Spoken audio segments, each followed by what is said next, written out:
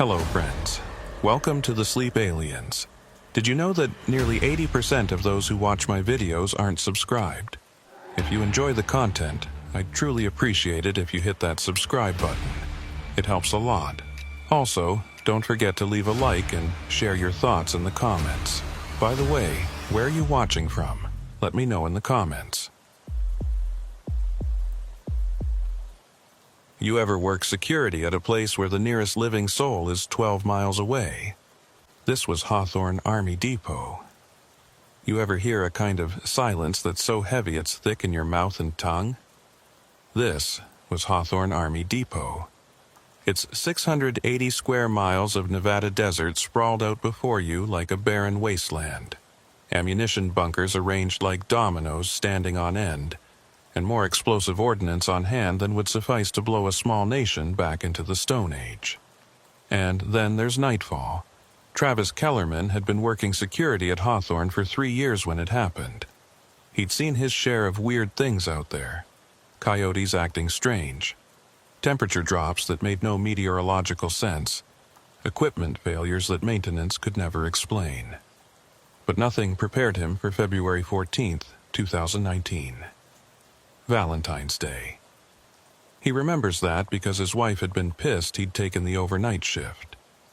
12-hour rotation, 8 p.m. to 8 a.m., patrolling the southern sector where they kept the older munitions.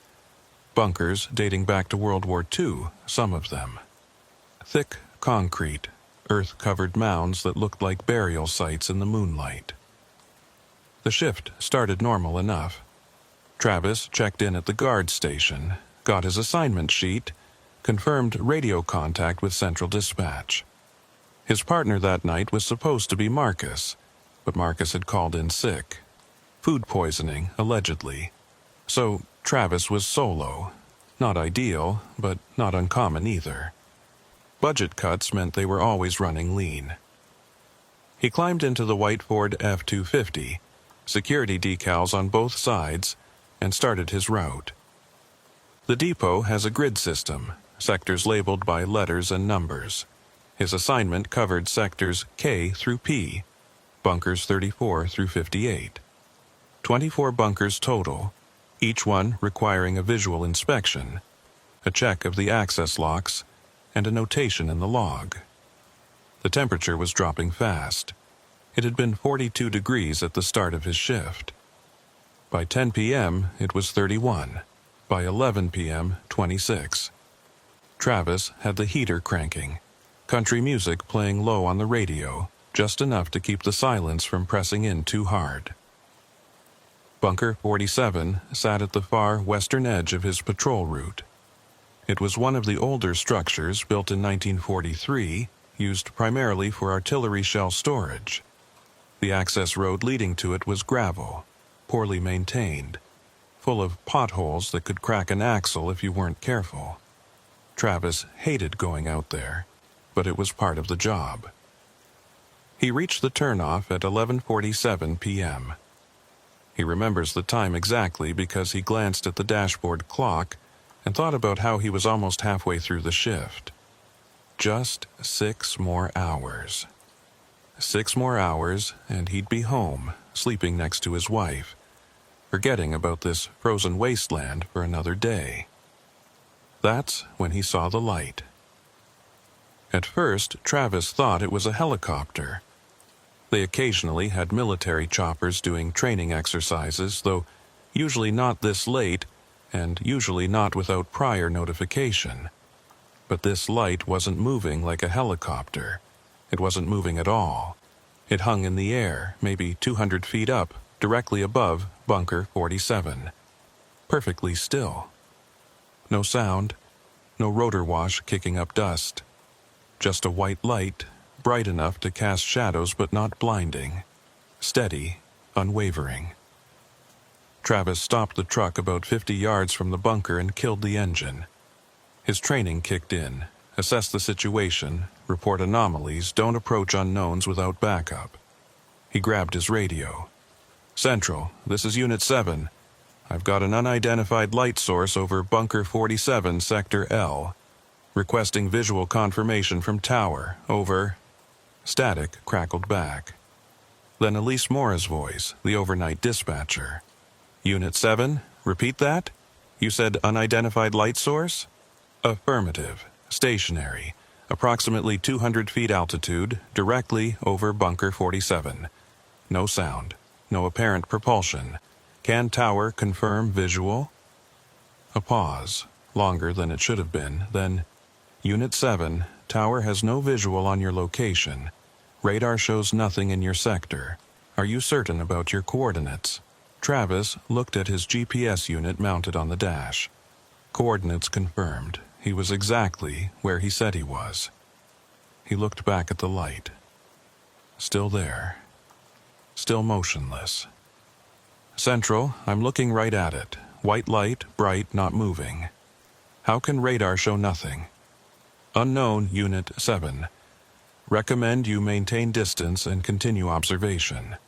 I'm logging this as a code yellow, unexplained phenomenon. Do not approach. Travis didn't need to be told twice. He kept the engine off, rolled down his window despite the cold, and watched. The light didn't flicker. Didn't dim. It just hung there, as if someone had nailed it to the sky. 5 minutes passed. Then 10. Travis's fingers were going numb from the cold, but he couldn't look away. There was something wrong about that light. It wasn't just the fact that it shouldn't be there. It was the quality of the light itself. It didn't diffuse the way normal light does. There was no halo, no scatter. Just this perfect sphere of white radiance, edges so sharp you could cut yourself on them. At 12:03 a.m., the light moved. Not fast, not dramatically. It just slid sideways, maybe 30 feet to the left, and stopped again. Perfectly smooth. No acceleration, no deceleration. Like watching a cursor move across a screen, Travis's heart rate spiked. Central, the light just moved.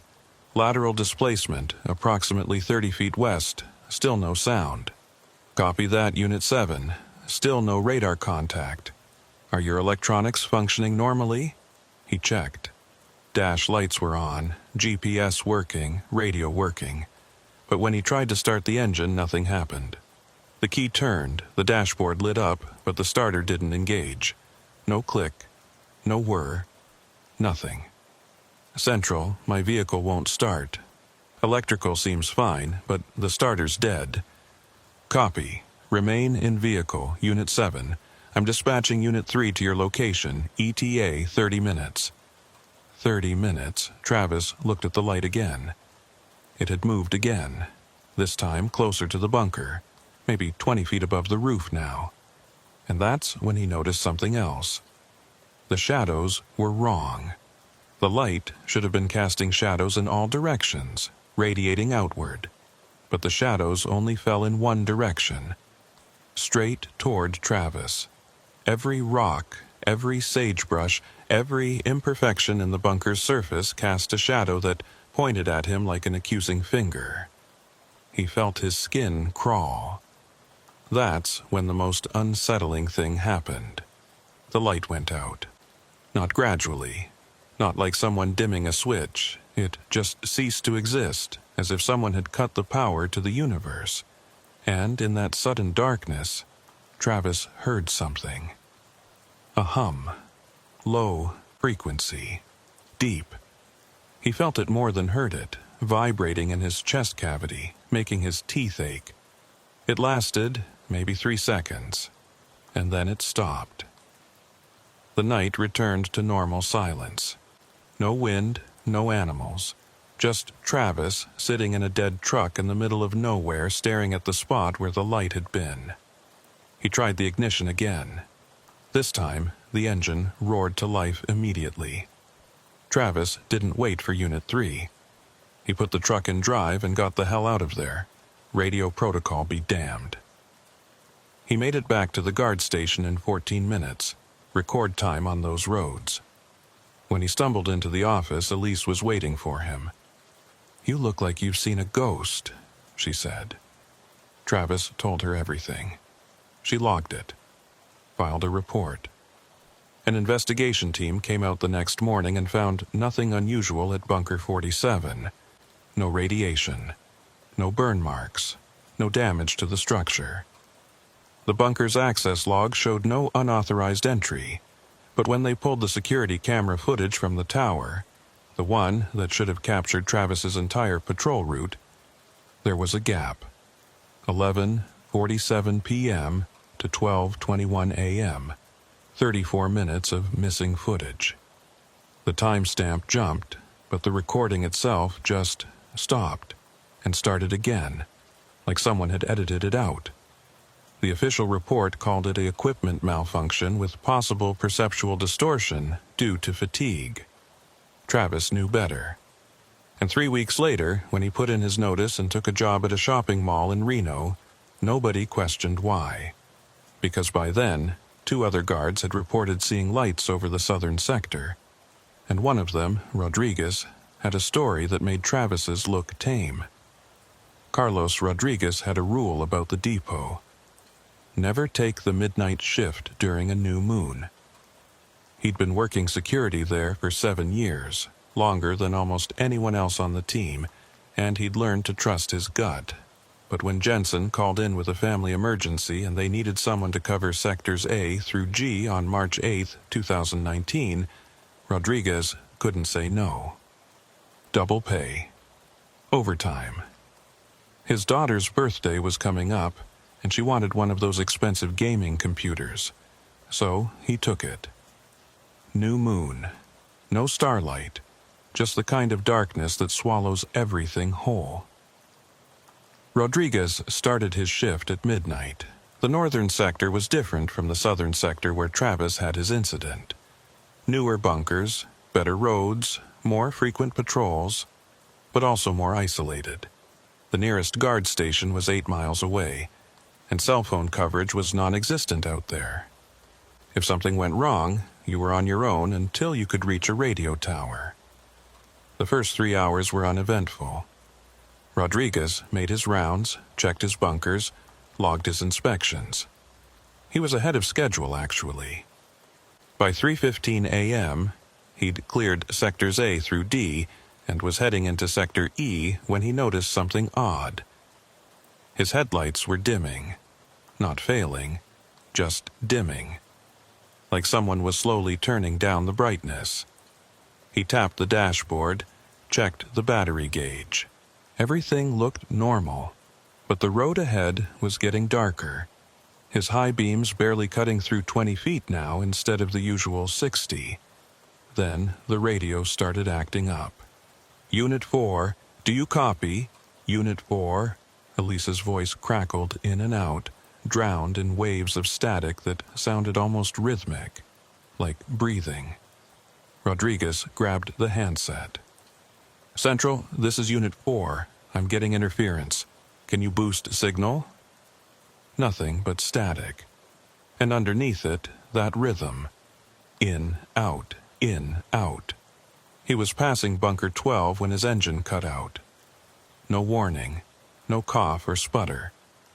The truck just died, rolling to a stop in the middle of the access road. Dashboard lights flickered once, twice, then went dark. The radio died with them. Complete silence. Complete darkness. Rodriguez sat there for maybe 10 seconds, letting his eyes adjust.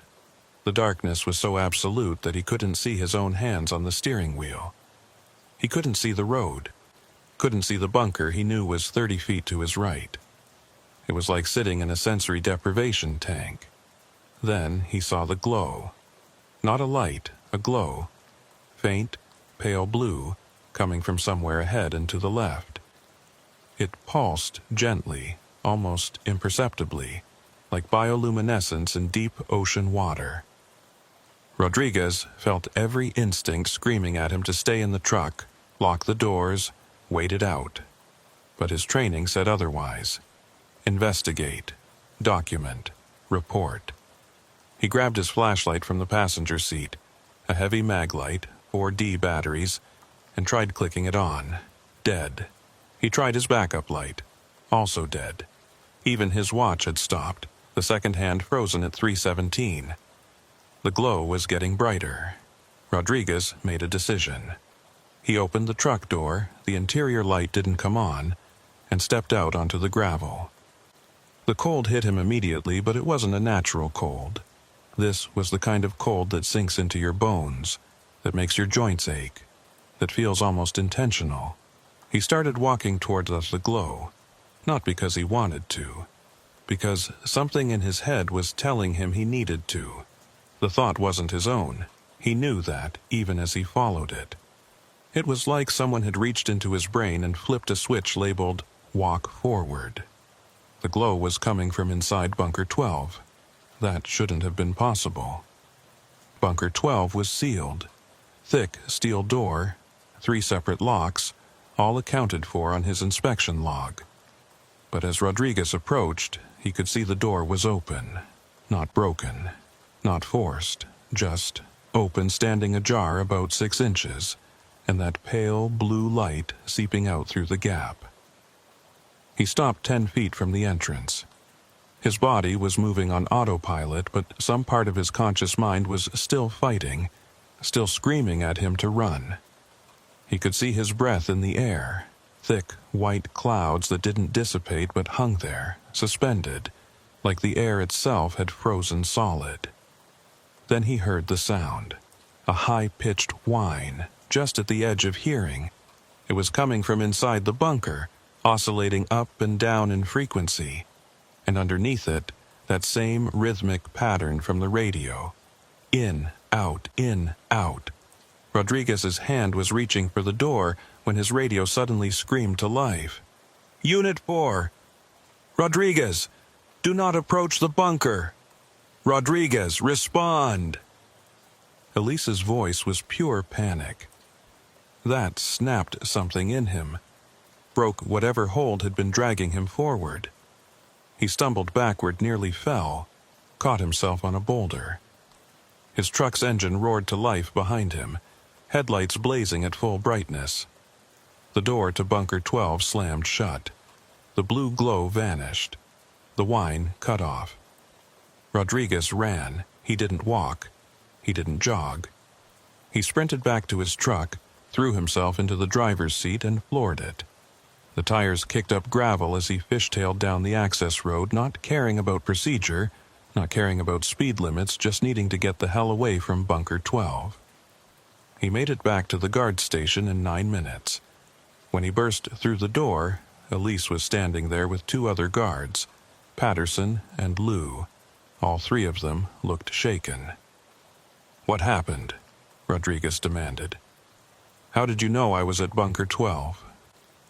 Elise pointed at the monitor showing the security camera feeds. "We've been watching you for the last hour. You've been sitting in your truck outside Bunker 12, engine running, not moving. We've been trying to raise you on the radio for 45 minutes. Rodriguez felt the floor tilt.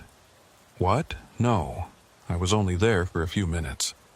My truck died. I got out. I walked to the bunker. Carlos." Patterson stepped forward, his face grave. "We watched you the whole time. You never left your truck. You've been sitting there at 3:17 for the last hour." Rodriguez looked at his watch. Still frozen at 3:17. He looked at the wall clock.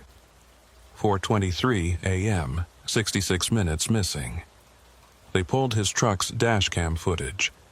The camera had recorded the entire event from Rodriguez's perspective. Headlights dimming, engine cutting out, everything going dark. But the internal cab camera told a different story. In that footage, Rodriguez never moved. He sat in the driver's seat, engine running, hands on the wheel, staring straight ahead at Bunker 12. For 66 minutes, he didn't blink, didn't shift position, didn't breathe visibly. He just sat there, frozen, while his external camera showed darkness and the bunker door standing open.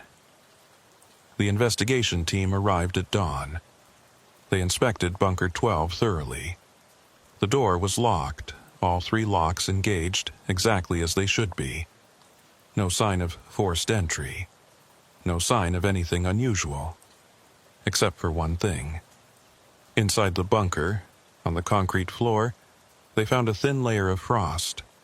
A perfect circle, 12 feet in diameter, coating the floor in crystalline ice. In the center of that circle was a single boot print. It matched Rodriguez's boots exactly. But Rodriguez swore he never set foot inside that bunker.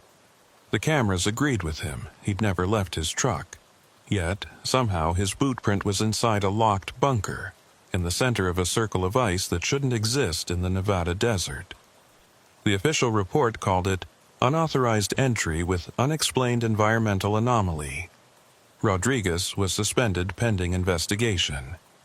He was cleared 3 weeks later when they couldn't prove he'd tampered with the locks or manufactured the evidence. But he never went back to Hawthorne. He took a job in Las Vegas, doing security at a casino. He told his wife it was for better pay. He told his friends it was for better hours. But late at night, when he can't sleep, he still thinks about those 66 minutes. What happened during that time?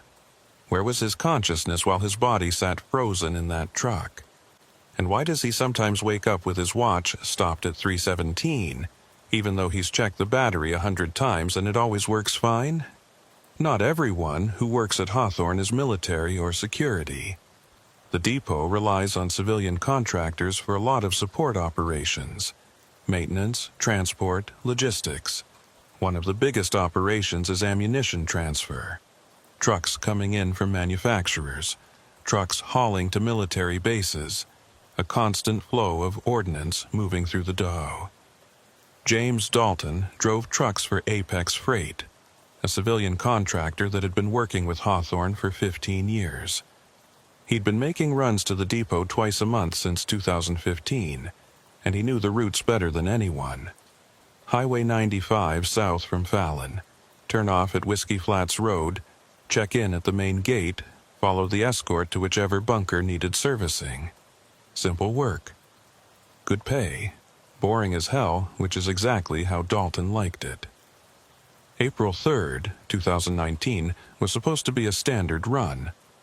Pick up a load of decommissioned artillery shells from Bunker 31, transport them to Toole Army Depot in Utah for disposal.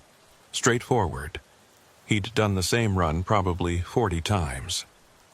He arrived at Hawthorne at 6 o'clock p.m., checked in with the gate guards, and waited for his escort.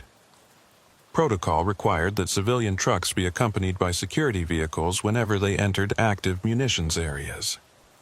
Dalton had been through this routine so many times he could do it in his sleep.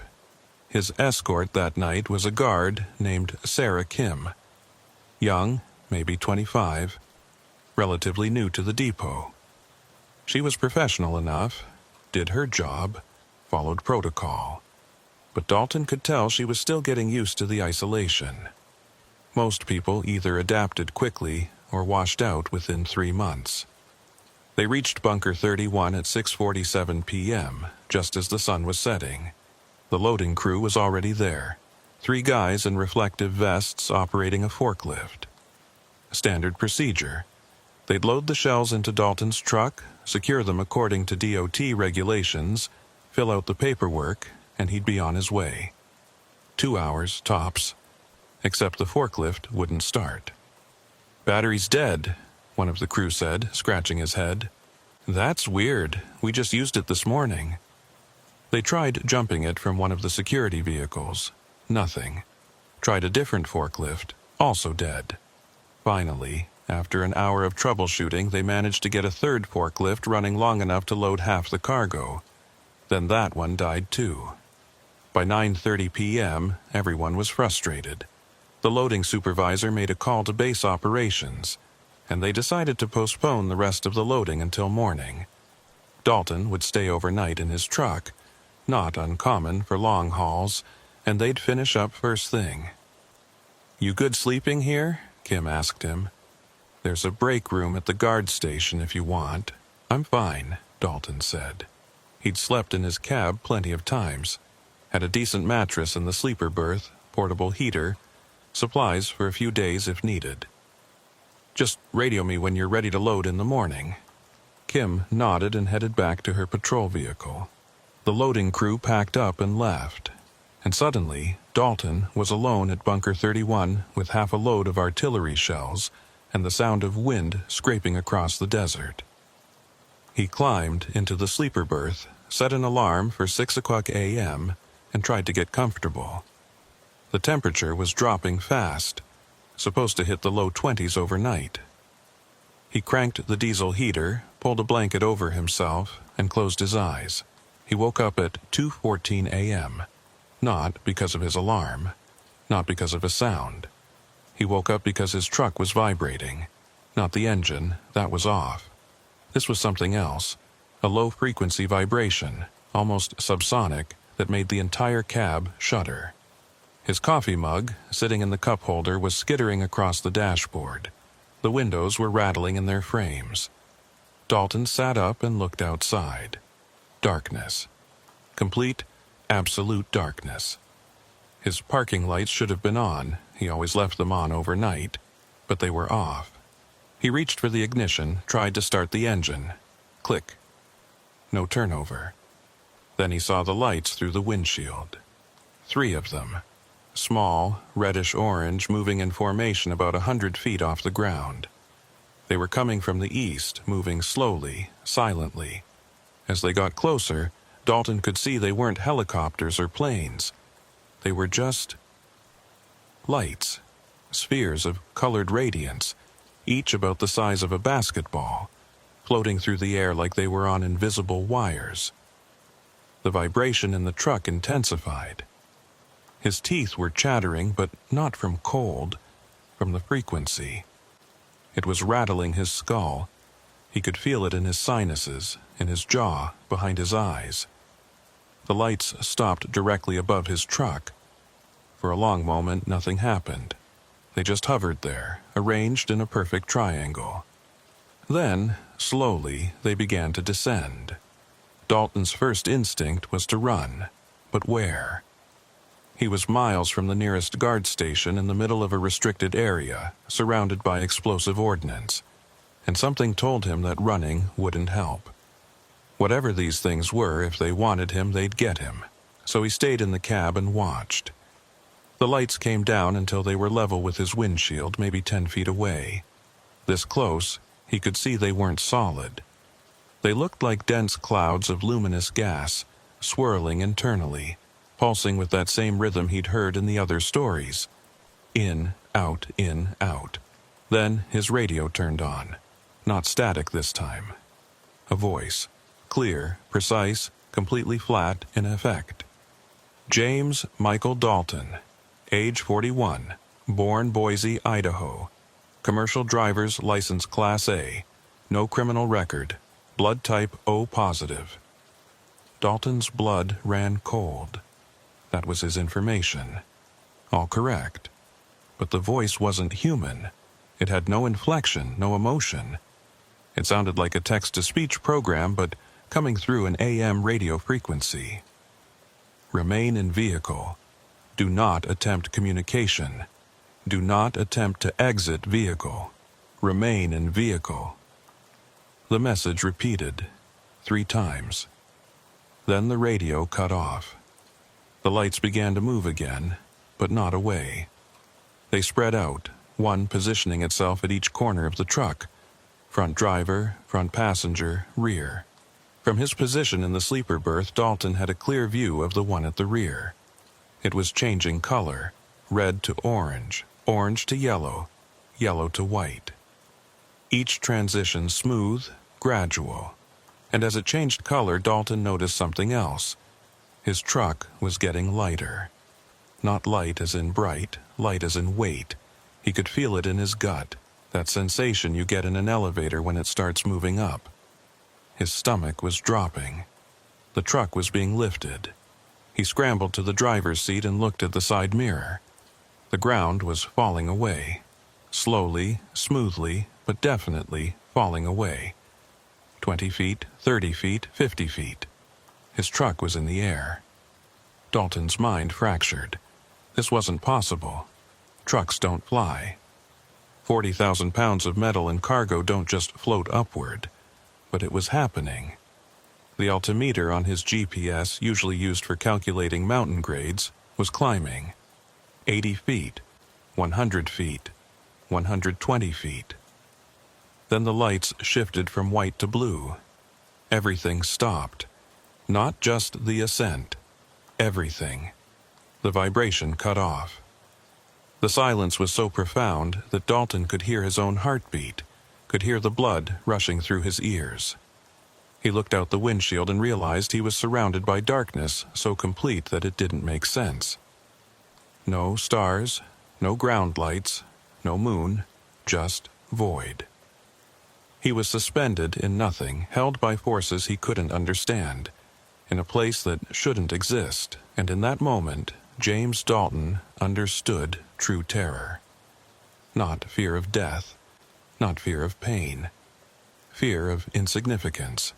The realization that he was so utterly powerless, so utterly small, that whatever intelligence was doing this to him could simply decide he didn't matter and erase him from existence. The lights turned green, and Dalton was back on the ground. His truck jolted slightly as the tires settled onto gravel. The parking lights flickered on. The dashboard clock read 2:17 a.m. 3 minutes. The entire experience had lasted 3 minutes. But when Dalton climbed out of the cab on shaking legs and walked around to inspect his truck, he found something that told him those 3 minutes had been much, much longer. His tires were cold. Not just cool from the night air, actually cold. When he pressed his hand to the rubber, it was like touching ice. Frost had formed in the treads. The metal wheel hubs were cold enough that his fingers stuck to them for a second before he yanked them away. The cargo straps securing his load, heavy-duty ratchet straps rated for 10,000 pounds each, were covered in a thin layer of frost. When he touched one, it crumbled. The metal was brittle, like it had been flash-frozen in liquid nitrogen. And his GPS unit showed something impossible. The last recorded position wasn't Bunker 31. It wasn't even Hawthorne. According to the GPS log, at 2:14 a.m., his truck had been 23 miles southeast of the depot, in the middle of the Gabbs Valley Range, an area with no roads, no way for a 40-foot semi to access. Yet there it was. A single GPS ping, showing his truck in a location it couldn't possibly reach, at an altitude of 7,800 feet. When morning came and the loading crew returned, they found Dalton sitting on the ground next to his truck, staring at nothing. Kim tried talking to him, but he didn't respond. They called for medical support, thinking he might be having a stroke or some kind of breakdown. The paramedics arrived and checked him over. Physically, he was fine. But his pupils were dilated, and he was non-responsive to questions. They transported him to the hospital in Hawthorne, where he stayed for observation overnight. When he finally started talking again, he told them what happened. They documented it, filed a report. The investigation team came to look at his truck. They found the frost damage on the straps, couldn't explain it. Found the GPS anomaly, couldn't explain it. They interviewed Dalton, Kim, the loading crew. Nobody had seen or heard anything unusual, except for one thing. A security camera positioned on Bunker 29, about a quarter mile from where Dalton was parked, had captured something odd. The timestamp was corrupted, so they couldn't pinpoint exactly when it happened, but the footage showed a brief flash of light in the distance. Not bright enough to illuminate much, just a quick pulse, white to blue to green. And when they enhanced the image as much as possible, they could make out a shape in that flash. It looked like a truck, suspended in midair, surrounded by 3 points of light. Dalton never drove for Apex Freight again. He moved back to Idaho, took a local delivery job that kept him in the city. He doesn't talk about what happened. Not to his wife, not to his friends, not to anyone. But he keeps the broken cargo strap in his garage, sealed in a plastic bag. Physical evidence that it wasn't a dream, that something really did lift his truck into the air and take him somewhere, or somewhen, that defied everything he thought he understood about reality. The Hawthorne depot had dealt with strange incidents before. Equipment malfunctions, wildlife behaving oddly, the occasional lost hiker wandering into restricted zones. But 3 major unexplained events in less than 2 months? That got attention. May 2019. The Army's Criminal Investigation Division sent a team to conduct what they called a comprehensive safety and security assessment. Translation: figure out what the hell is going on before someone gets hurt or a story leaks to the media. The team was led by Special Agent Victoria Lansing, a no-nonsense investigator who'd spent 15 years looking into everything from theft to murder at military installations worldwide. She'd seen her share of strange cases, but Hawthorne was turning into something different. She interviewed everyone involved: Travis, Rodriguez, Dalton, all the witnesses. She reviewed the security footage, examined the physical evidence, consulted with electronics experts about the equipment failures. She even brought in a geologist to check for unusual magnetic fields or seismic activity that might explain the phenomena. Nothing added up. The stories were consistent, too consistent to be fabrications, but too bizarre to be credible. The physical evidence was real, but unexplainable. The equipment failures had no technical cause. The GPS anomalies violated known physics. And then, on May 19, 2019, everything converged. Lansing had set up a command post at the main guard station, using it as her base of operations for the investigation. She'd been there for 3 weeks, working 16-hour days, trying to find a rational explanation. That night, she decided to do something unusual. She wanted to see the depot at night, from the perspective of the guards. She convinced Patterson, one of the veteran guards who'd been there the night Rodriguez disappeared into his 66 lost minutes, to take her on a patrol. They left at 11 p.m., taking Patterson's standard route through sectors M through R. Clear night, half moon, good visibility. They passed Bunker 47, where Travis had seen his light. Nothing unusual. They passed Bunker 12, where Rodriguez had his incident. Also quiet. They were approaching the southern access road near where Dalton had been parked when Patterson's radio crackled. Unit 5, this is Central. We're picking up something weird on radar. Multiple contacts, low altitude, moving erratically. Over. Patterson grabbed the handset. Central, this is Unit 5. Can you clarify? Aircraft? Negative, Unit 5. Contacts are too small and moving too fast. They're not showing up as standard aircraft, and they're converging on Sector N, right where you are. Lansing felt her pulse quicken. Where exactly in Sector N? Near Bunker 31, the old ammunition storage facility. That's where Dalton had been. That's where his truck had been lifted. Patterson looked at Lansing. We should head back. If there's something happening... No, Lansing said. We go toward it. That's why I'm here. Patterson hesitated, then nodded. He'd been a soldier before becoming a civilian guard. He understood orders. He turned the vehicle toward Bunker 31 and accelerated. They arrived at 11:23 p.m. The bunker sat alone on its concrete pad, exactly as it should. Nothing unusual. No lights, no sounds, no signs of activity. Then the temperature dropped. 15 degrees in 10 seconds. Lansing watched the truck's external thermometer plummet from 51 to 36, her breath suddenly visible in the air. Frost forming on the windshield. What the hell? Patterson started to say. The lights appeared. Not 3 this time. Dozens. Small points of reddish-orange light emerging from behind the bunker, rising into the air like embers from a fire. They spread out in a perfect circle, surrounding the bunker, surrounding Patterson's truck. Lansing grabbed her phone to take video. Dead. Patterson tried the radio, static. The truck's engine coughed and died. The lights began to pulse in sequence. One would brighten, then dim, then the next, moving around the circle like a wave, faster and faster, until they were just a blur of color. And as they moved, that familiar sound started. The low-frequency hum that Travis had heard, that Rodriguez had felt, that Dalton had experienced. It was coming from everywhere and nowhere. It was inside Lansing's chest, vibrating her ribs. She could feel it in her teeth, in her skull. And then she heard the voice, not through the radio this time, through the air itself, through her bones, through some channel of perception she didn't know she had. Observation complete. Data sufficient. Interference level acceptable. Proceeding to Phase 3.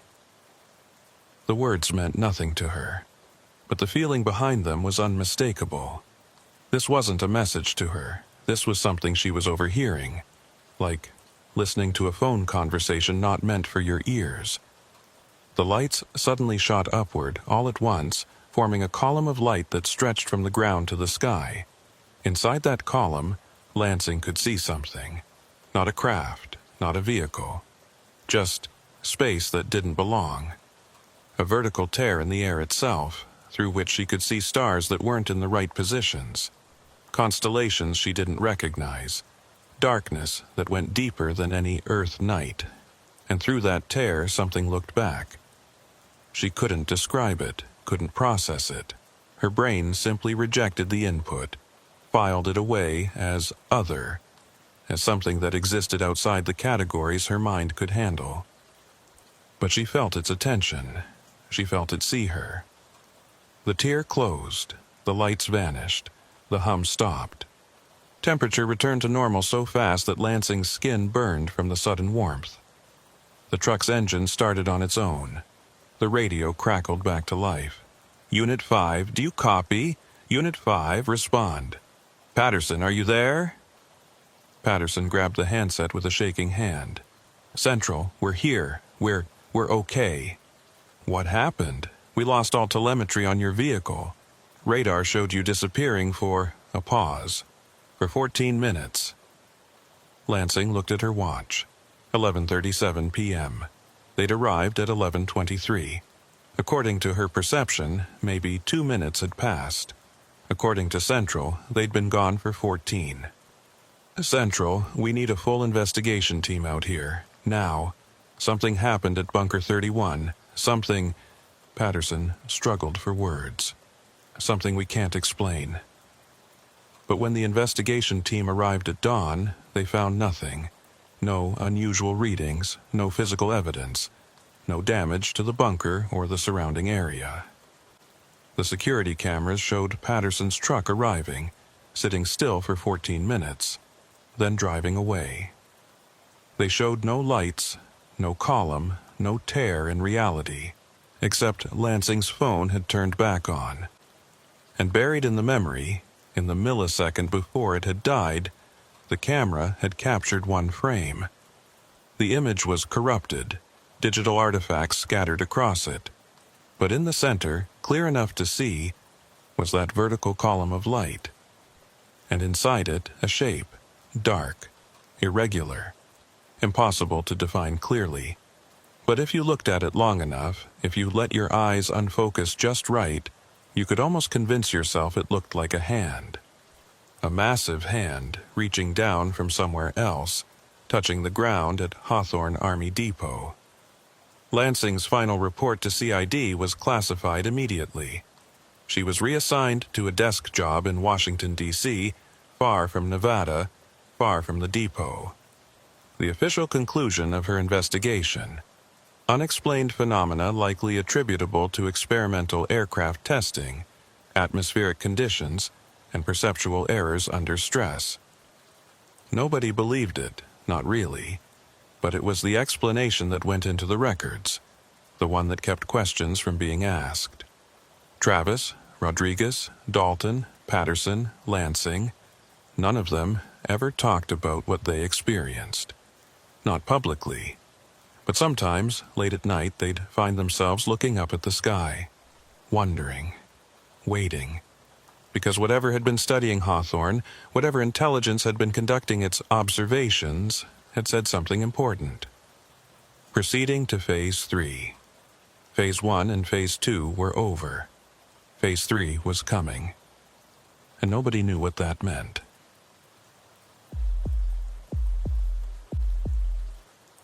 Cole Brennan had been watching convoys pass through Hawthorne Army Depot for 6 months, and he'd gotten pretty good at predicting how long each one would take.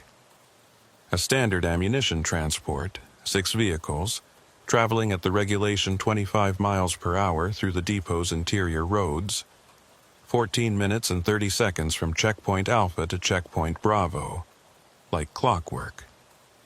So when the convoy, on June 12, 2019, took 14 minutes and 53 seconds, Cole noticed immediately. 23 seconds. That's all it was.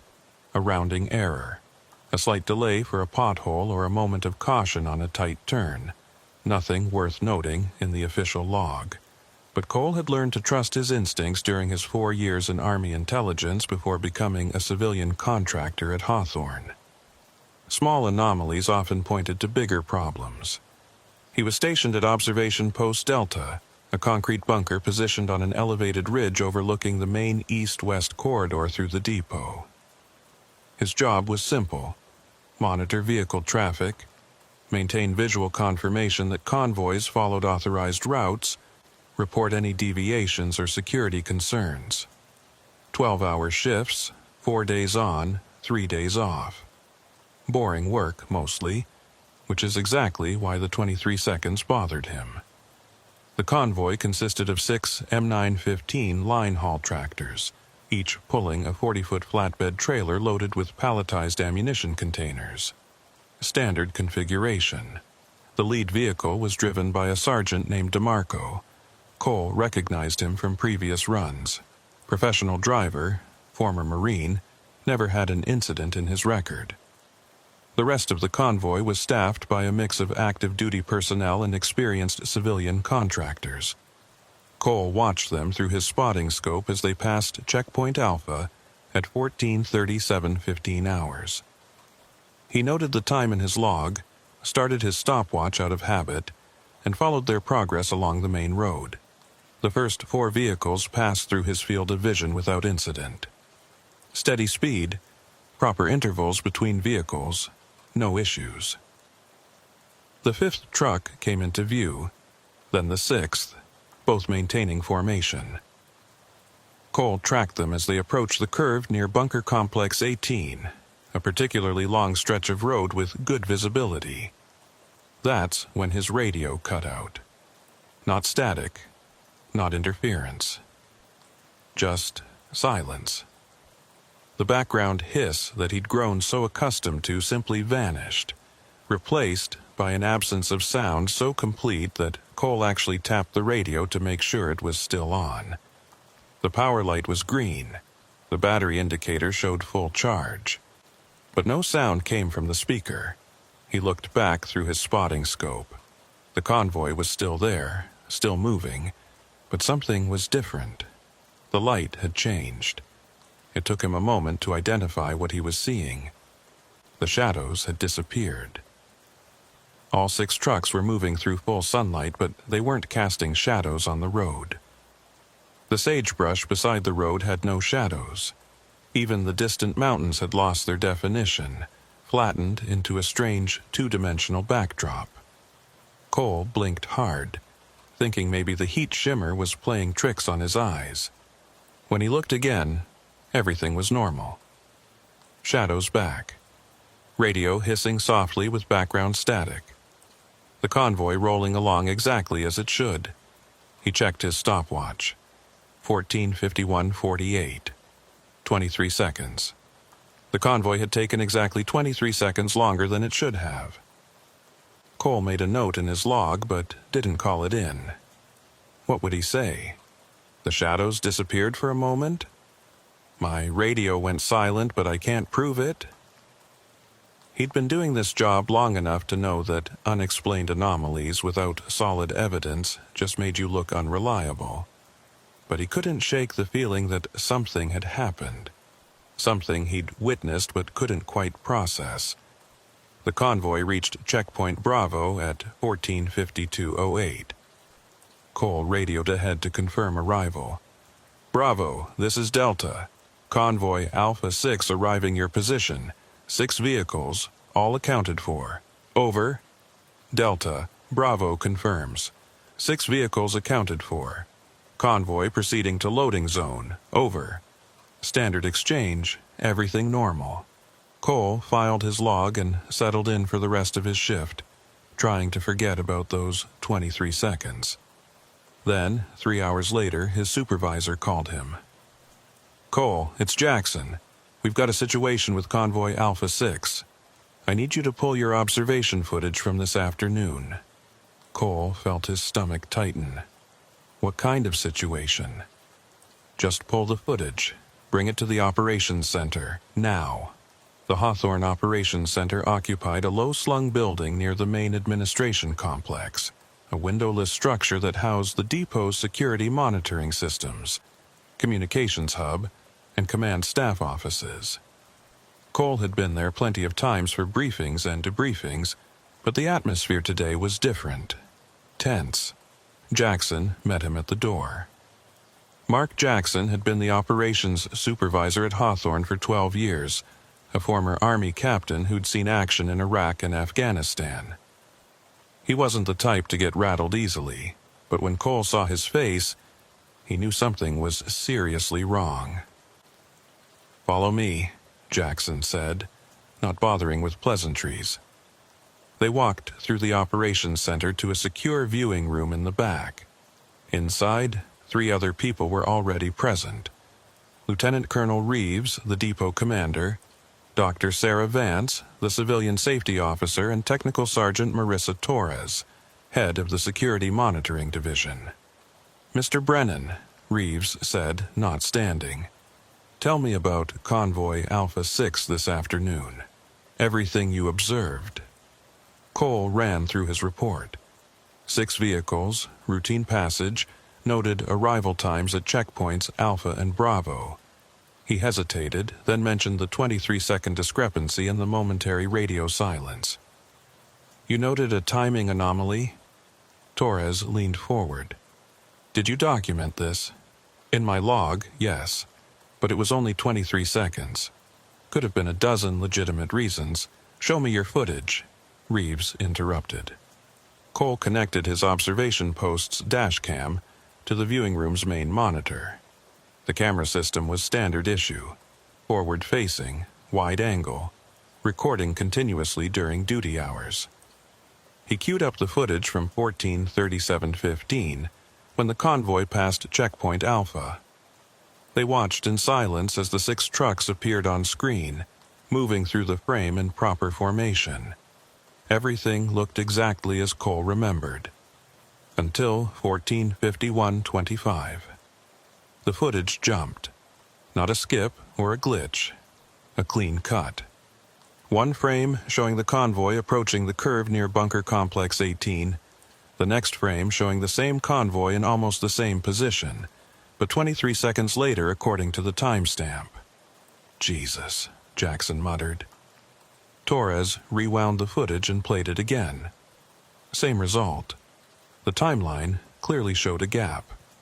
14:51:25:08 to 14:51:48:17. 23 seconds of missing footage. "Equipment malfunction?" Vance suggested. "Storage buffer error?" Torres shook her head. "The camera system has redundant recording. If there's a buffer error, it flags it in the log. There's no flag here. The system thinks it recorded continuously." "What about the other observation posts?" Reeves asked. Posts Echo and Foxtrot should have had visual on that stretch of road. Torres pulled up their footage. Post Echo's camera showed the same clean cut at exactly the same timestamp. Post Foxtrot's feed had static interference during that period. 23 seconds of scrambled video, then returned to normal. 3 separate camera systems, Torres said quietly. all showing the same anomaly at the same time. Reeves stood and walked to the window, looking out over the depot. I want every recording device that had any line of sight to that corridor.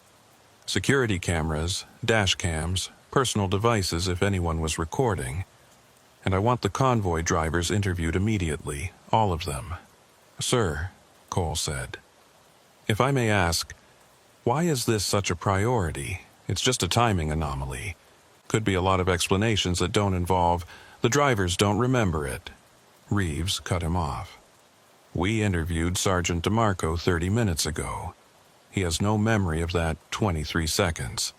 None of them do. 6 trained personnel, all experiencing the same gap in memory at the exact same time. The room fell silent. Cole felt a chill run down his spine. That's not possible. And yet, Reeves said, turning back to face them, here we are. Sergeant Anthony DeMarco had been driving military vehicles for 16 years. He'd transported ammunition through Iraq during the surge, driven supply convoys through Afghanistan's mountain passes, handled hazmat materials in a dozen countries. He was not the kind of person who lost focus or blanked out behind the wheel. But when they sat him down in the interview room and asked him about the stretch of road between Checkpoint Alpha and Checkpoint Bravo, specifically about the 7 minutes starting at 14:45, he drew a blank. Not a fuzzy memory, not a vague recollection. A complete absence of memory, like someone had taken a scalpel and cut that specific period from his brain. Dr. Vance conducted the interview, with Torres and Cole observing from behind one-way glass. Reeves had insisted Cole be present. As the primary witness, he might notice details others would miss. Sergeant DeMarco, Vance began, her voice calm and professional. I want you to walk me through your route this afternoon, starting from Checkpoint Alpha. Take your time. Include as much detail as you can remember. DeMarco nodded. We departed the loading zone at 13:45, convoy of 6 vehicles, all carrying Class 1.1 munitions. Proceeded through the West Gate, standard route to Checkpoint Alpha. Weather was clear, temperature around 85 degrees, no wind. We reached Alpha at approximately 14:37. Good, and after Alpha? We continued east on the main corridor. Speed maintained at 25 miles per hour, proper spacing between vehicles. I was monitoring the convoy channel on radio, everything nominal. The road was in good condition, no obstacles or concerns. Do you remember passing Bunker Complex 18? DeMarco paused. Yes. We passed it. Must have. It's right there on the route. But do you remember actively passing it, seeing it out your window? Another pause, longer this time. Cole could see uncertainty creeping into DeMarco's expression. I remember approaching the complex. There's that long curve, you have to slow down slightly. And then I remember straightening out after the curve, accelerating back to 25, and we were about half a mile from Checkpoint Bravo. DeMarco's brow furrowed. But that doesn't make sense. The curve and the straightaway, there should be more in between. I should remember more. What do you remember between entering the curve and coming out of it? Nothing. It's like someone edited a video. One scene ends, the next begins, but there's no transition, no continuity. He looked directly at Vance. What happened out there? That's what we're trying to determine. Did you experience any unusual sensations during the drive? Dizziness, disorientation, anything that might indicate a medical issue? No, I felt fine. I feel fine now. But that gap, it's there. I know it's there. They interviewed the other 5 drivers separately. All of them reported the exact same experience. They remembered approaching Bunker Complex 18.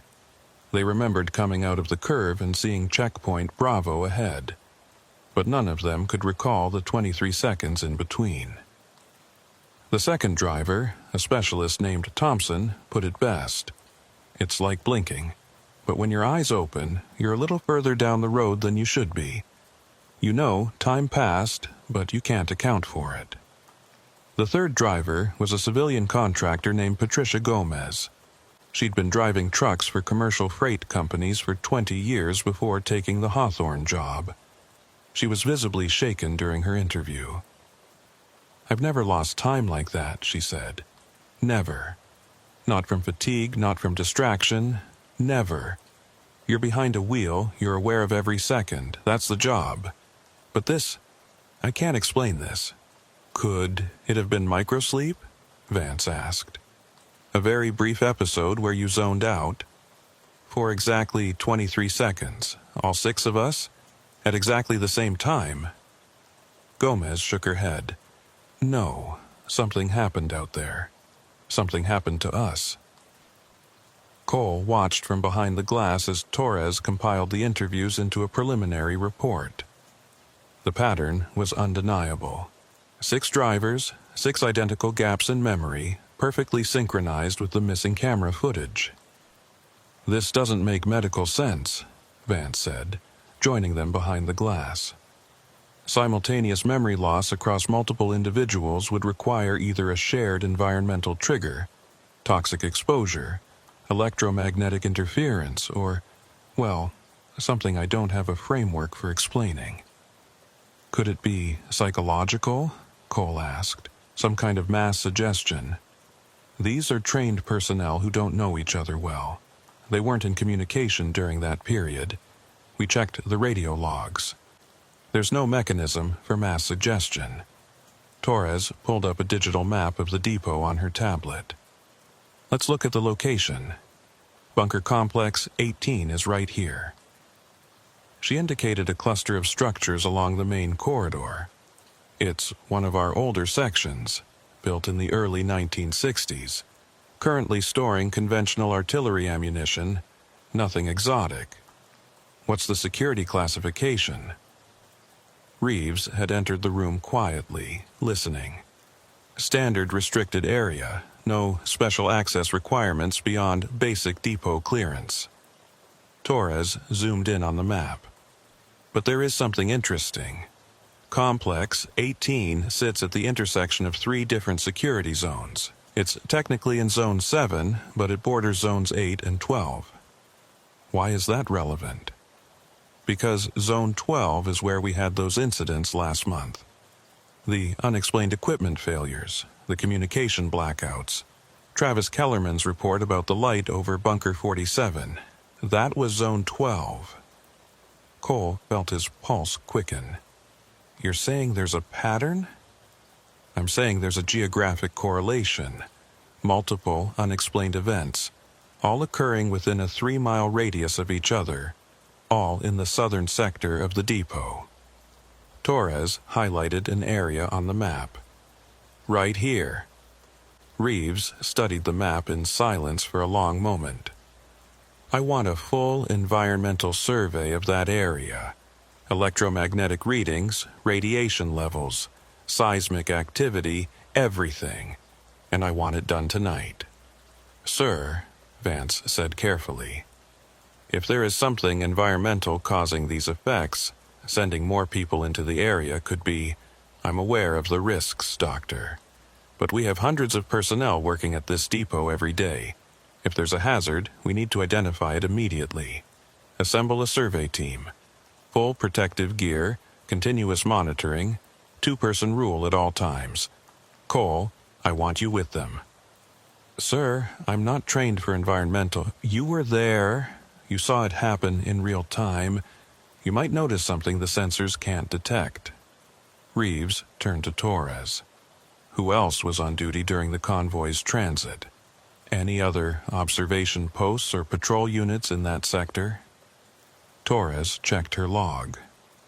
"Observation post Echo, but we already have their footage, and wait." She scrolled through the records. There was a maintenance crew working at Bunker 21, about a mile north of Complex 18, 3-person team doing routine electrical work. Get them in here, now.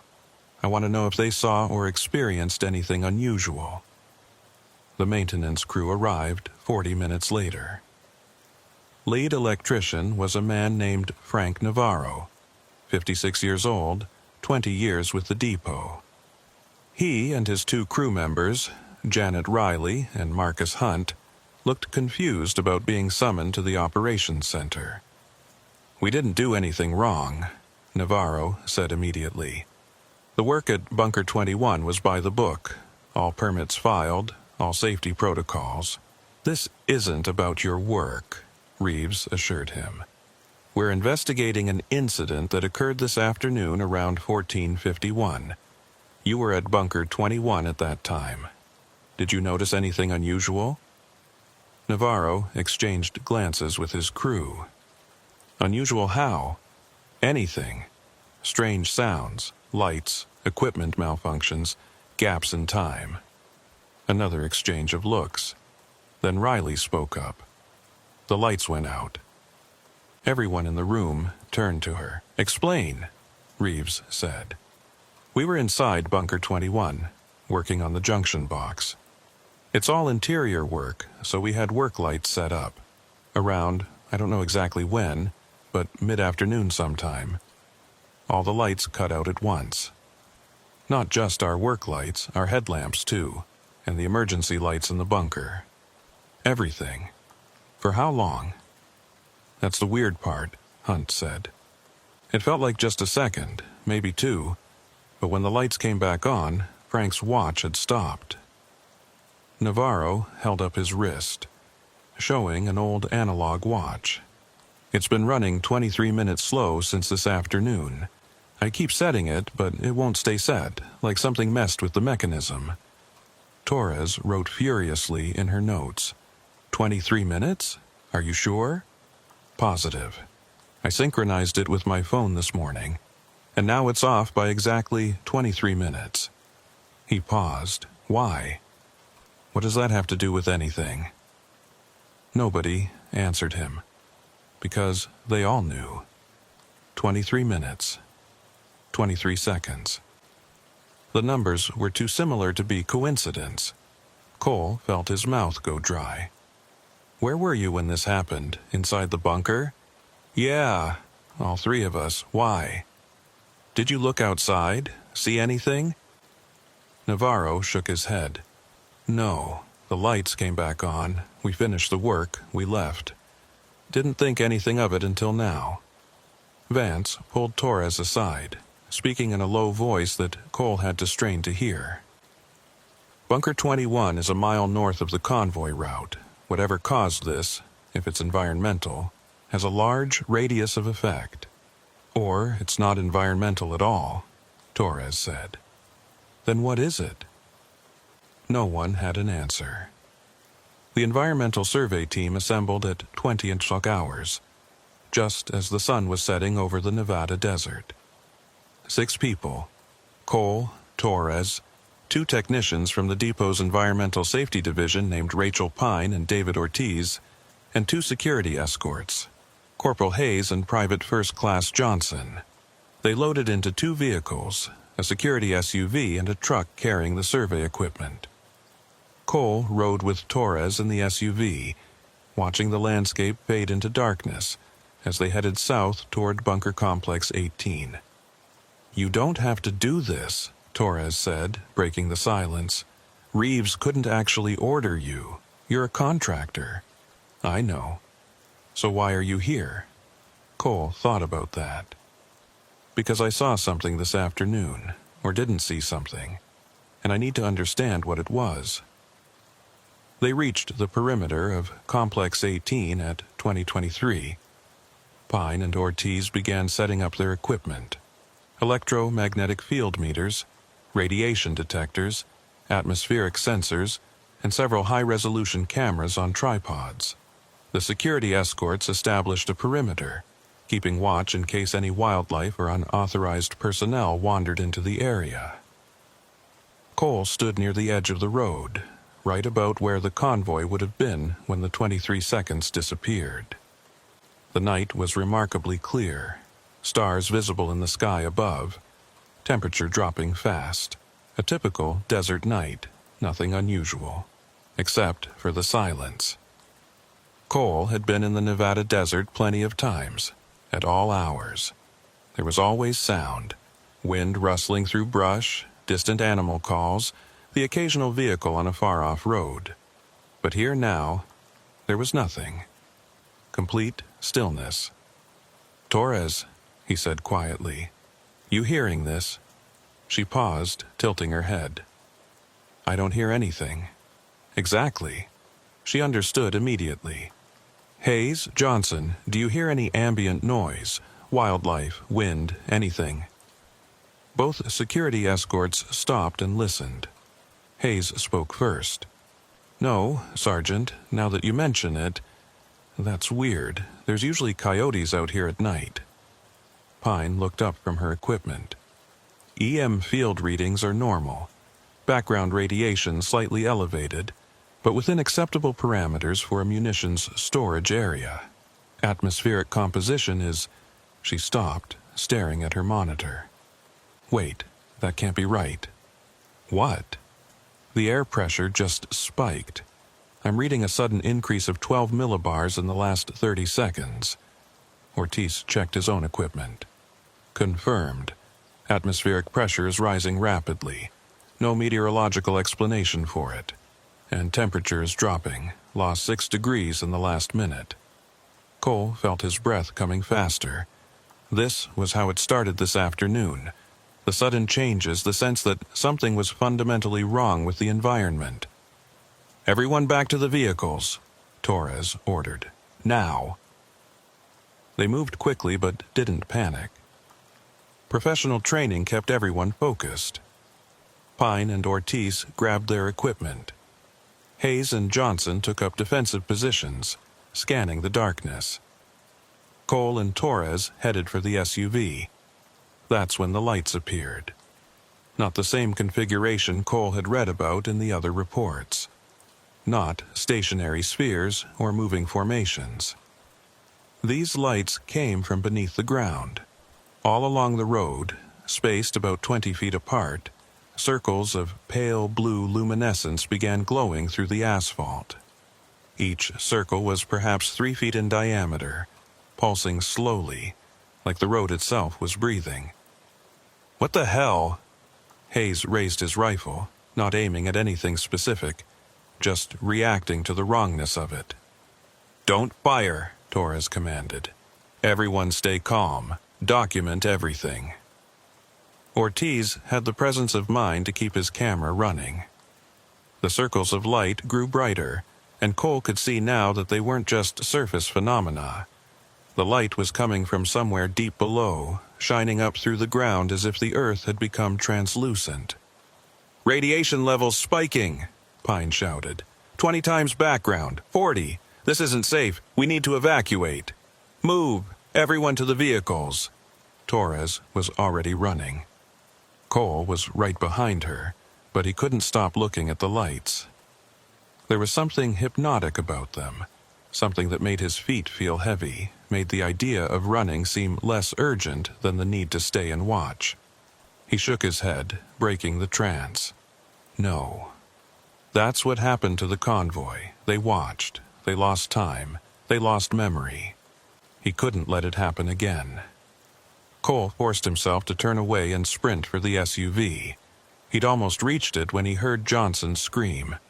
He whipped around. The private was standing in the middle of the road, rifle dropped at his feet, staring at one of the light circles. His mouth was open, but no sound was coming out anymore. His eyes were wide, unblinking, reflecting the blue glow. Hayes grabbed him, trying to pull him away. "Johnson, move! Come on, man, move!" But Johnson didn't move. He was frozen, locked in place like a statue. Hayes tried harder, pulling with both arms, and finally Johnson stumbled forward. But his expression didn't change. Vacant, absent. They got him into the truck. Cole and Torres reached the SUV. Pine and Ortiz were already inside, equipment abandoned on the road. Torres turned the ignition and the engine roared to life. Through the windshield, Cole could see the circles of light beginning to fade, growing dimmer, the blue glow retreating back into the ground. "Go! Go, go!" Hayes was shouting into the radio from the truck. Both vehicles accelerated, tires spinning on the gravel shoulder before catching traction. They roared away from Complex 18, not slowing until they'd put 2 miles between themselves and the lights. Torres pulled over at a safe distance and grabbed the radio. "Operations, this is Torres. We have a medical emergency. Private Johnson is unresponsive. Recommend immediate medevac to Fallon Hospital." Torres, operations copies. Describe unresponsive. Is he breathing? Affirmative, breathing normally. Pupils reactive to light. But he's not responding to verbal commands or physical stimuli. He's in some kind of fugue state. A long pause. Then Reeves's voice came through. "Get him to the hospital.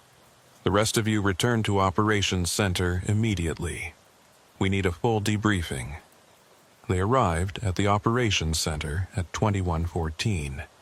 Johnson had been transferred to an ambulance and was en route to the hospital. The rest of the team gathered in the briefing room, where Reeves and Vance were waiting. Ortiz immediately connected his camera to the display monitor. "Sir, you need to see this." They watched the footage in silence, the lights appearing through the ground, pulsing, growing brighter. Johnson freezing in place. The evacuation. And then, right at the end of the footage before Ortiz reached the truck, something else. A shadow. It was barely visible against the darkness, but it was there. A shape moving across one of the light circles. Not a human shape, too large, too angular, moving in a way that didn't match any animal or person. It crossed from one circle to another, and for just a fraction of a second it became partially illuminated by the blue glow. Ortiz paused the footage on that frame. The image was grainy, degraded by the low light and fast movement, but the outline was clear enough to see. It looked mechanical, almost insectoid. Multiple limbs or appendages arranged in a configuration that made no biological or engineering sense. And where its body intersected with the light, the glow seemed to bend around it, creating distortion patterns like heat shimmer. "What is that?" Vance whispered. Nobody answered, because nobody knew. Reeves stared at the frozen image for a long time. Then he picked up the phone and dialed a number from memory. Cole could only hear one side of the conversation, but it was enough. "This is Colonel Reeves at Hawthorne. Authorization code Delta 79er Kilo. I need to report a Class X incident." A pause. "Yes, I'm aware of the protocol. Multiple witnesses, visual and sensor documentation, potential exposure of personnel." Another pause, longer this time. "Understood. We'll secure the area and await your team." He hung up and looked at everyone in the room. "As of now, this entire incident is classified. You will not discuss it with anyone outside this room.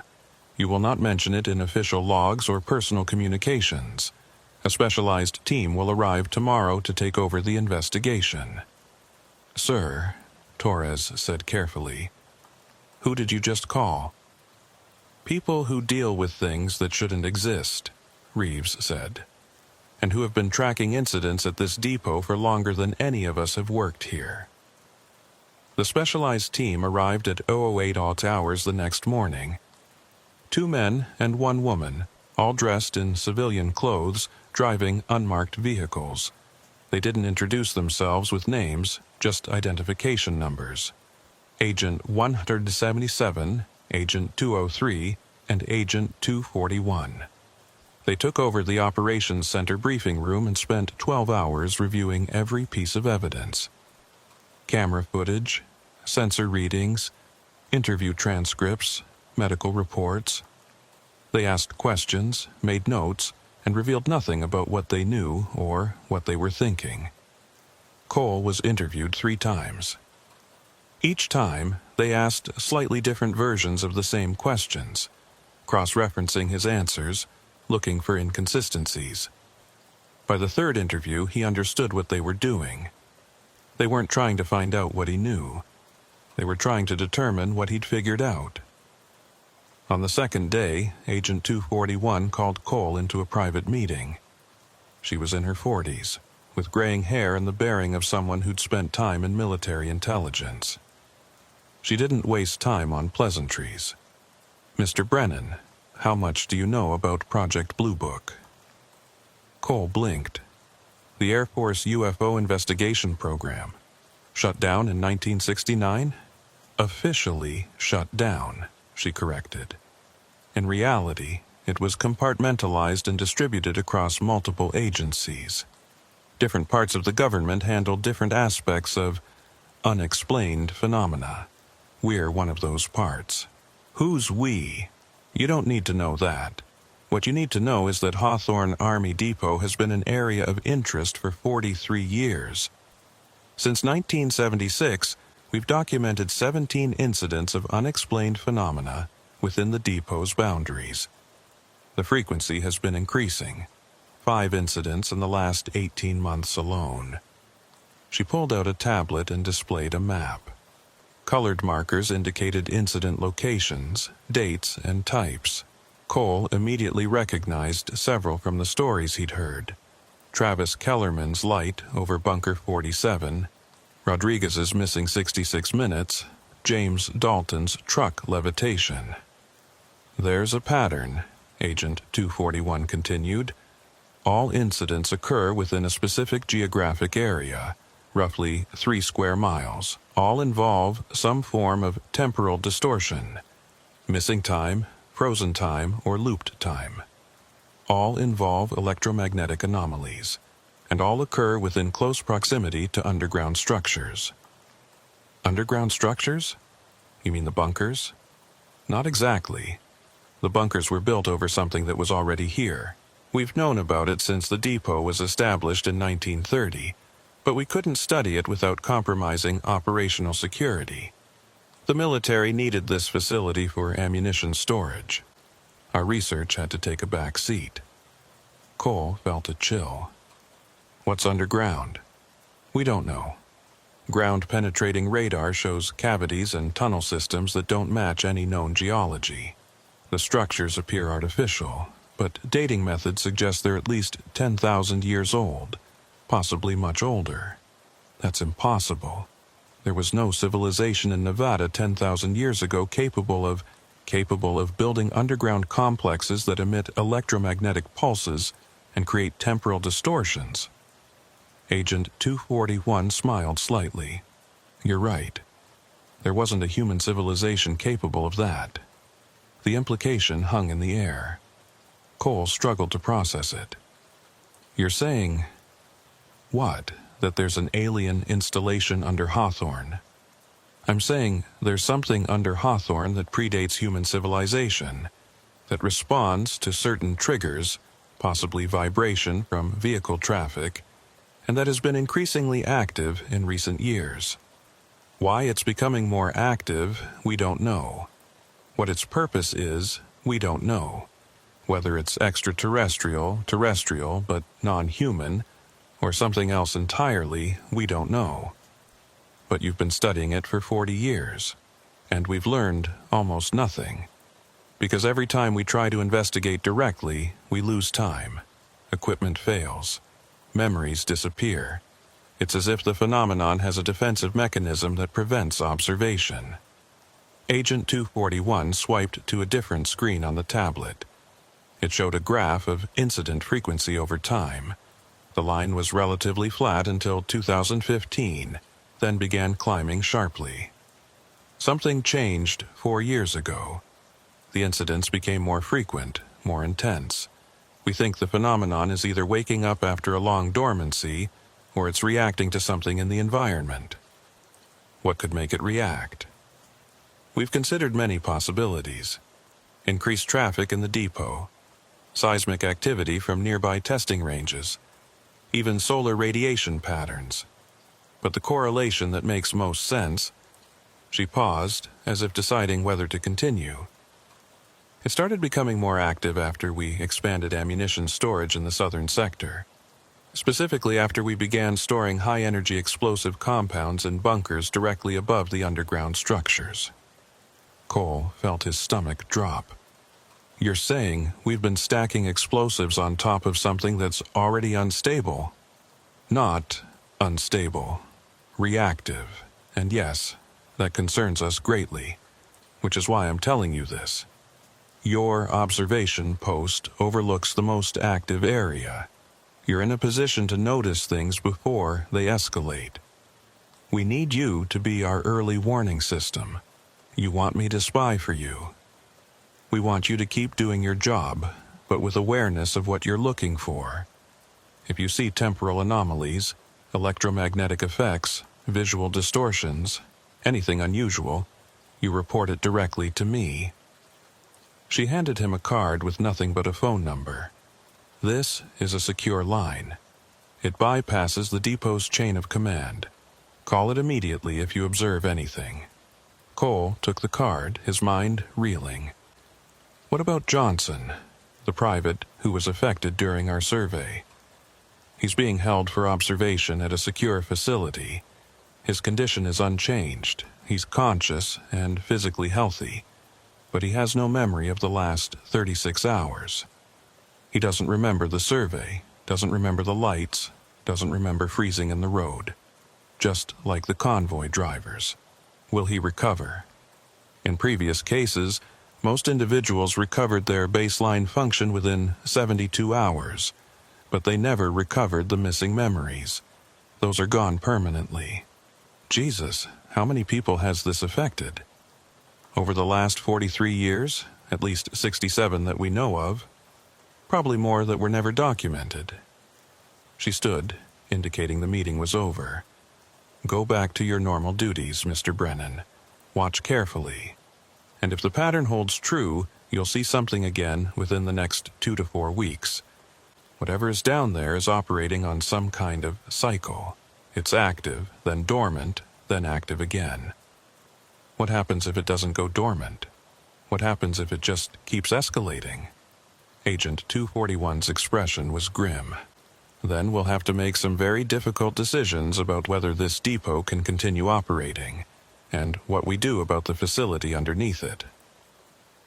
Cole returned to Observation Post Delta the next day. Everything seemed normal, convoys passing through, standard traffic, routine reports. But he couldn't stop thinking about Agent 241's briefing. 10,000 years old. Underground structures, 67 affected personnel. He started paying closer attention to the little things. The way shadows fell at certain times of day, the slight variations in convoy transit times, the occasional radio static that lasted just a bit too long. And he started noticing something he'd never consciously registered before. The depot's roads didn't quite make sense. There were curves in places where the terrain was flat. Straight sections that suddenly bent for no apparent reason. Access roads that led to bunkers in inefficient patterns. He'd always assumed it was poor planning or construction constraints. But now he wondered if the roads had been deliberately routed to avoid certain areas, to minimize traffic over specific underground locations. On his 7th day back at the observation post, he saw something. A convoy was passing through at 15:22 hours. Standard ammunition transport, 4 vehicles. They were approaching the curve near Bunker Complex 18 when Cole noticed the light changing again. That same flattening effect, shadows disappearing. He grabbed his radio to report it, but before he could transmit, everything snapped back to normal. He checked his stopwatch. This time, only 7 seconds had passed. 7 seconds, not 23. The phenomenon was shortening. Or practicing. Cole called Agent 21's number. She answered on the first ring. What did you see? He described it. She was silent for a moment, then, It's accelerating. The cycle is shortening. That's not a good sign. What does it mean? It means the phenomenon is building towards something. A peak activity period. We've never observed a full cycle. Every time we got close, the depot shut down operations in that sector and the phenomenon went dormant before reaching its maximum. But this time, you're not shutting it down. We can't. The depot handles too much critical infrastructure. Shutting down the southern sector would impact ammunition supply for half the western United States. The Pentagon won't authorize it without definitive proof of threat. People losing time isn't proof enough. Not compared to the strategic importance of the depot. Welcome to national security decision-making, Mr. Brennan. Over the next 10 days, Cole documented 11 more temporal anomalies, each one shorter than the last. 23 seconds, 7 seconds, 3 seconds, 1 second. Whatever was happening, it was ramping up in frequency while decreasing in duration. On June 29th, 17 days after the convoy's missing 23 seconds, Cole was at his observation post when the depot's emergency alarm sounded. Not the routine test alarm, the real thing. 3 sharp blasts followed by continuous tone. His radio crackled. All units, this is operations. We have a security situation in Zone 12, Southern Sector. All non-essential personnel evacuate to designated safe zones. Repeat, this is not a drill. Cole grabbed his binoculars and looked toward Zone 12. At first, he didn't see anything unusual. Then the ground began to glow. Not spots or circles this time. The entire area, at least a square mile, was radiating pale blue light from beneath the surface. The bunkers, the roads, the empty desert. All of it glowing like it had been painted with luminescent paint, and the air above it was changing. Cole could see distortions, like heat shimmer, but more extreme. The light was bending, creating prismatic effects, breaking into impossible colors, and in the center of it all, directly above Bunker Complex 18, the air was tearing. A vertical line appeared, about 30 feet tall, impossibly thin and dark. As Cole watched through his binoculars, the line widened into a gap. Not an opening, a gap in reality itself, showing something behind or beyond the normal world. Through that gap, he could see movement. Shapes that didn't make sense, geometries that his brain couldn't process, and light, brilliant, colorless light that hurt to look at but that he couldn't look away from. His radio was screaming with multiple voices, everyone trying to report at once. Cole added his voice to the chaos. Operations, this is Delta. I have visual on Zone 12. There's some kind of spatial anomaly, approximately 30 feet in height, centered on Complex 18. Something is coming through. Delta, operations copies. Maintain your position and continue observation. Do not approach. Repeat, do not approach. The gap widened. Cole could see more clearly now what was behind it. It looked like a vast chamber or cavity, illuminated by that strange, colorless light. And inside that chamber, he could see machinery. Impossible machinery, all angles and surfaces that seemed to fold in on themselves, operating in dimensions that shouldn't exist. And he saw something else. Something that made his breath catch. People. They were inside that chamber, standing near the machinery. Dozens of them, maybe more. All frozen in place, not moving, just standing like mannequins. Cole adjusted his binoculars, trying to get a clearer look at their faces. He recognized one of them. It was Johnson. Private First Class Johnson, who'd been taken to a secure facility for observation, who supposedly had no memory of the lights. But here he was, standing in that impossible chamber, eyes open, staring at nothing. And next to him was James Dalton, the truck driver who'd reported being lifted into the air months ago. And next to him was a woman Cole didn't recognize, but who wore a depot security uniform that looked decades out of date. They were all there. Everyone who'd ever lost time at Hawthorne. standing in that chamber. Not missing, not hidden, just displaced, stored, kept. The gap began to close. "No!" Cole screamed into the radio. "They're in there! The missing personnel are inside! We have to—" The gap sealed shut. The glow faded from the ground. The distortions in the air smoothed out. Within 30 seconds, Zone 12 looked completely normal again, as if nothing had happened. Cole sat in his observation post, shaking. He'd seen them. They were alive. But where were they? In some underground facility? In another dimension? In some kind of temporal stasis? Agent 241 arrived at the observation post 40 minutes later. "I saw your report. Tell me everything." Cole did, every detail. When he finished, she was silent for a long time, staring out over the depot. "We've suspected for years that the missing time wasn't just deleted memory, that the consciousness had to go somewhere during those missing minutes or seconds. Now we know." She turned to look at him. "They're being kept, collected. We don't know why, and we don't know if they're experiencing anything during that time, but they're not gone. They're being preserved somehow in whatever facility exists beneath this depot. We have to get them back. How? We can't even access that space when it's closed, and when it opens, it stays open for less than a minute.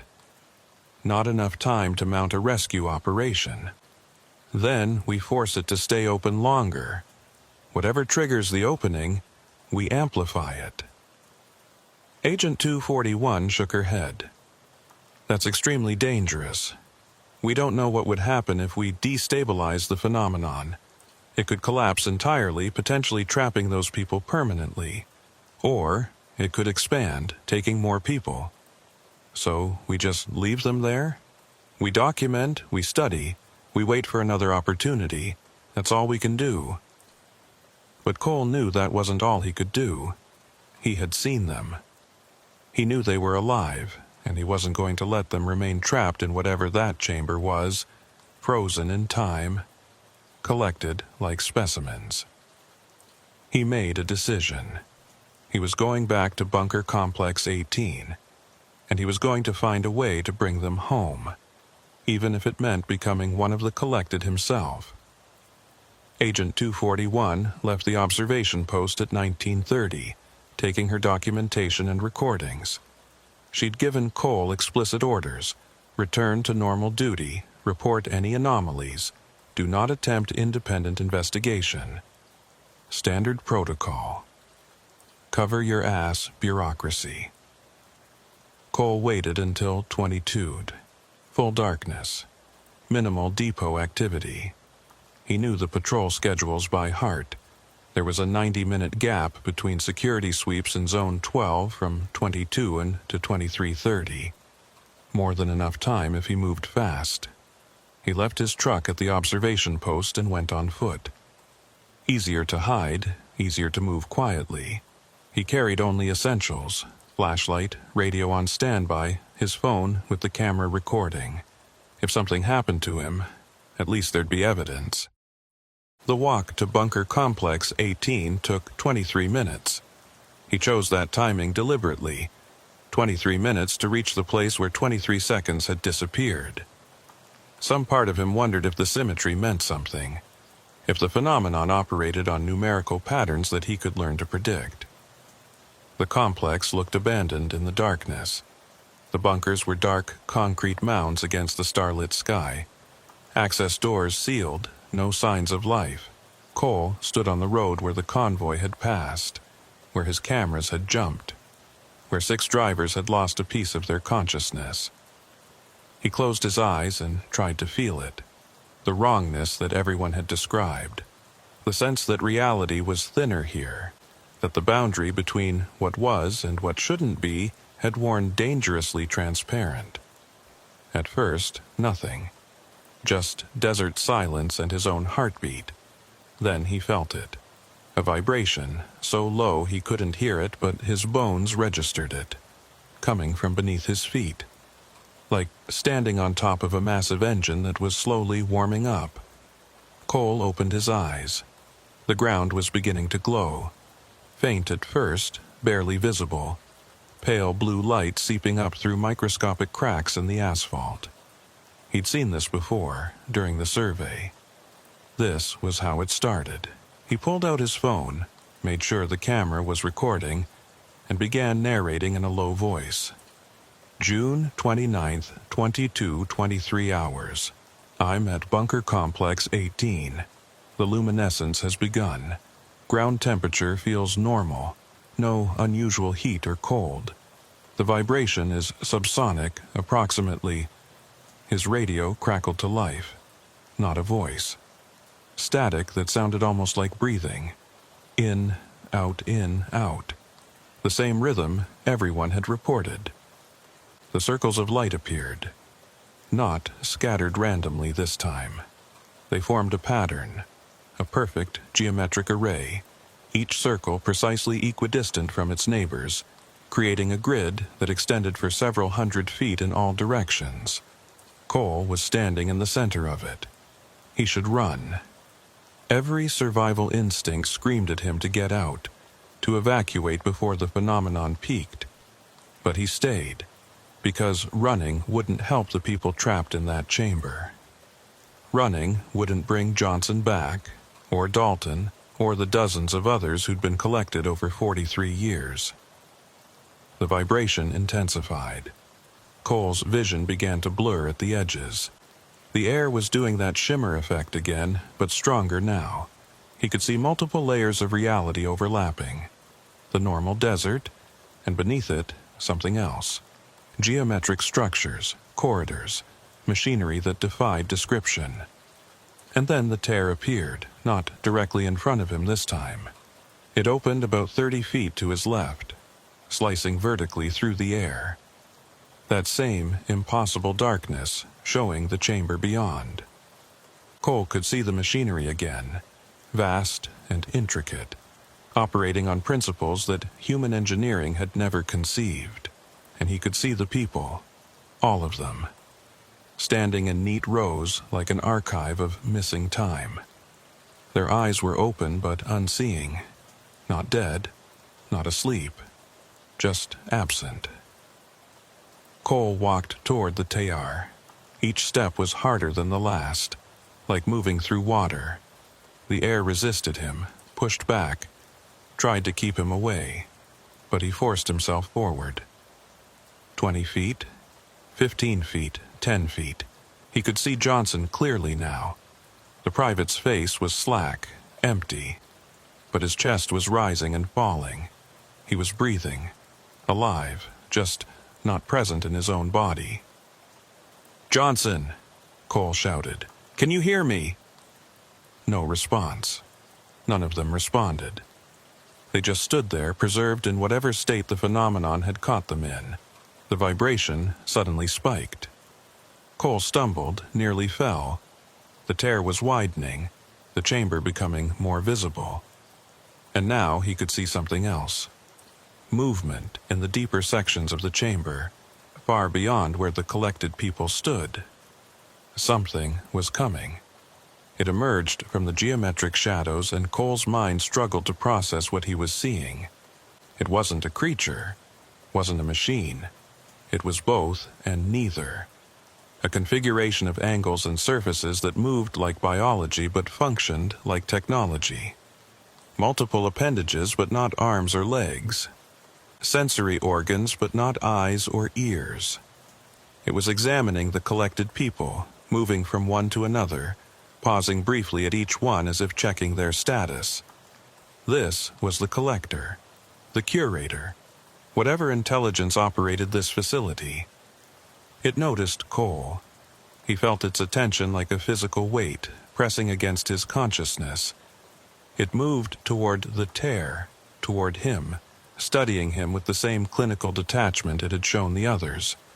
Cole forced himself to speak. "I want them back, Johnson, Dalton, all of them. They don't belong to you." The entity didn't respond, couldn't respond, maybe. Cole didn't know if it understood language or communication as humans knew it. But it stopped moving. It was considering. Cole's phone was still recording.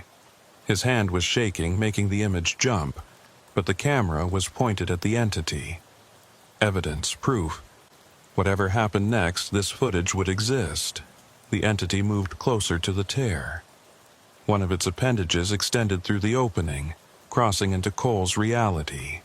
Where it intersected with normal space, the air distorted, created ripples like stone thrown into water. It was reaching for him. Cole had a choice. Let it take him, join the collected, become another specimen in the archive, or run, try to escape, save himself and abandon the others. He thought about Johnson, frozen in that chamber, lost to everyone who knew him. He thought about Dalton, about Rodriguez, about all the others whose missing time had become missing existence. He thought about the next person who would lose 23 seconds, then 23 minutes, then 23 hours, as the phenomenon escalated. Someone had to stop it. Someone had to make it stop collecting. Cole stepped forward, into the reach of that impossible appendage, and he felt it touch him. The sensation was unlike anything he'd ever experienced. Not painful, not even unpleasant, just utterly alien. Like every atom in his body was being catalogued, analyzed, recorded. He could feel his consciousness being scanned, his memories being read like data files. And then, for just a moment, he made contact. Not physical contact, mental contact. He felt the entity's awareness brush against his own, and in that instant of connection he understood. This wasn't an invasion. It wasn't hostile. The entity wasn't collecting people out of malice or curiosity. It was trying to preserve them, to save them. From what? Cole pushed the question through the connection. What are you saving them from? The answer came as images, as concepts that his brain had to translate into human understanding. He saw time as a structure, a framework. And he saw that framework failing, collapsing, timelines fragmenting, realities splitting, causality breaking down. The phenomenon beneath Hawthorne wasn't causing the temporal distortions. It was trying to prevent them.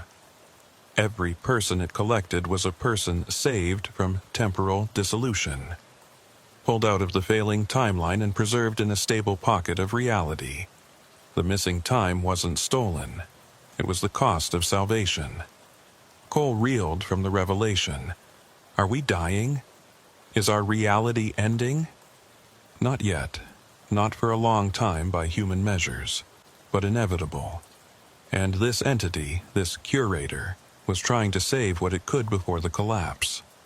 Preserving specimens of consciousness, storing them in stable temporal zones where they could exist beyond the death of their native timeline. But Johnson and the others, they're not really living. They're just preserved. Cole felt anger rising through the connection. That's not saving them, that's collecting corpses. The entity paused, reconsidered.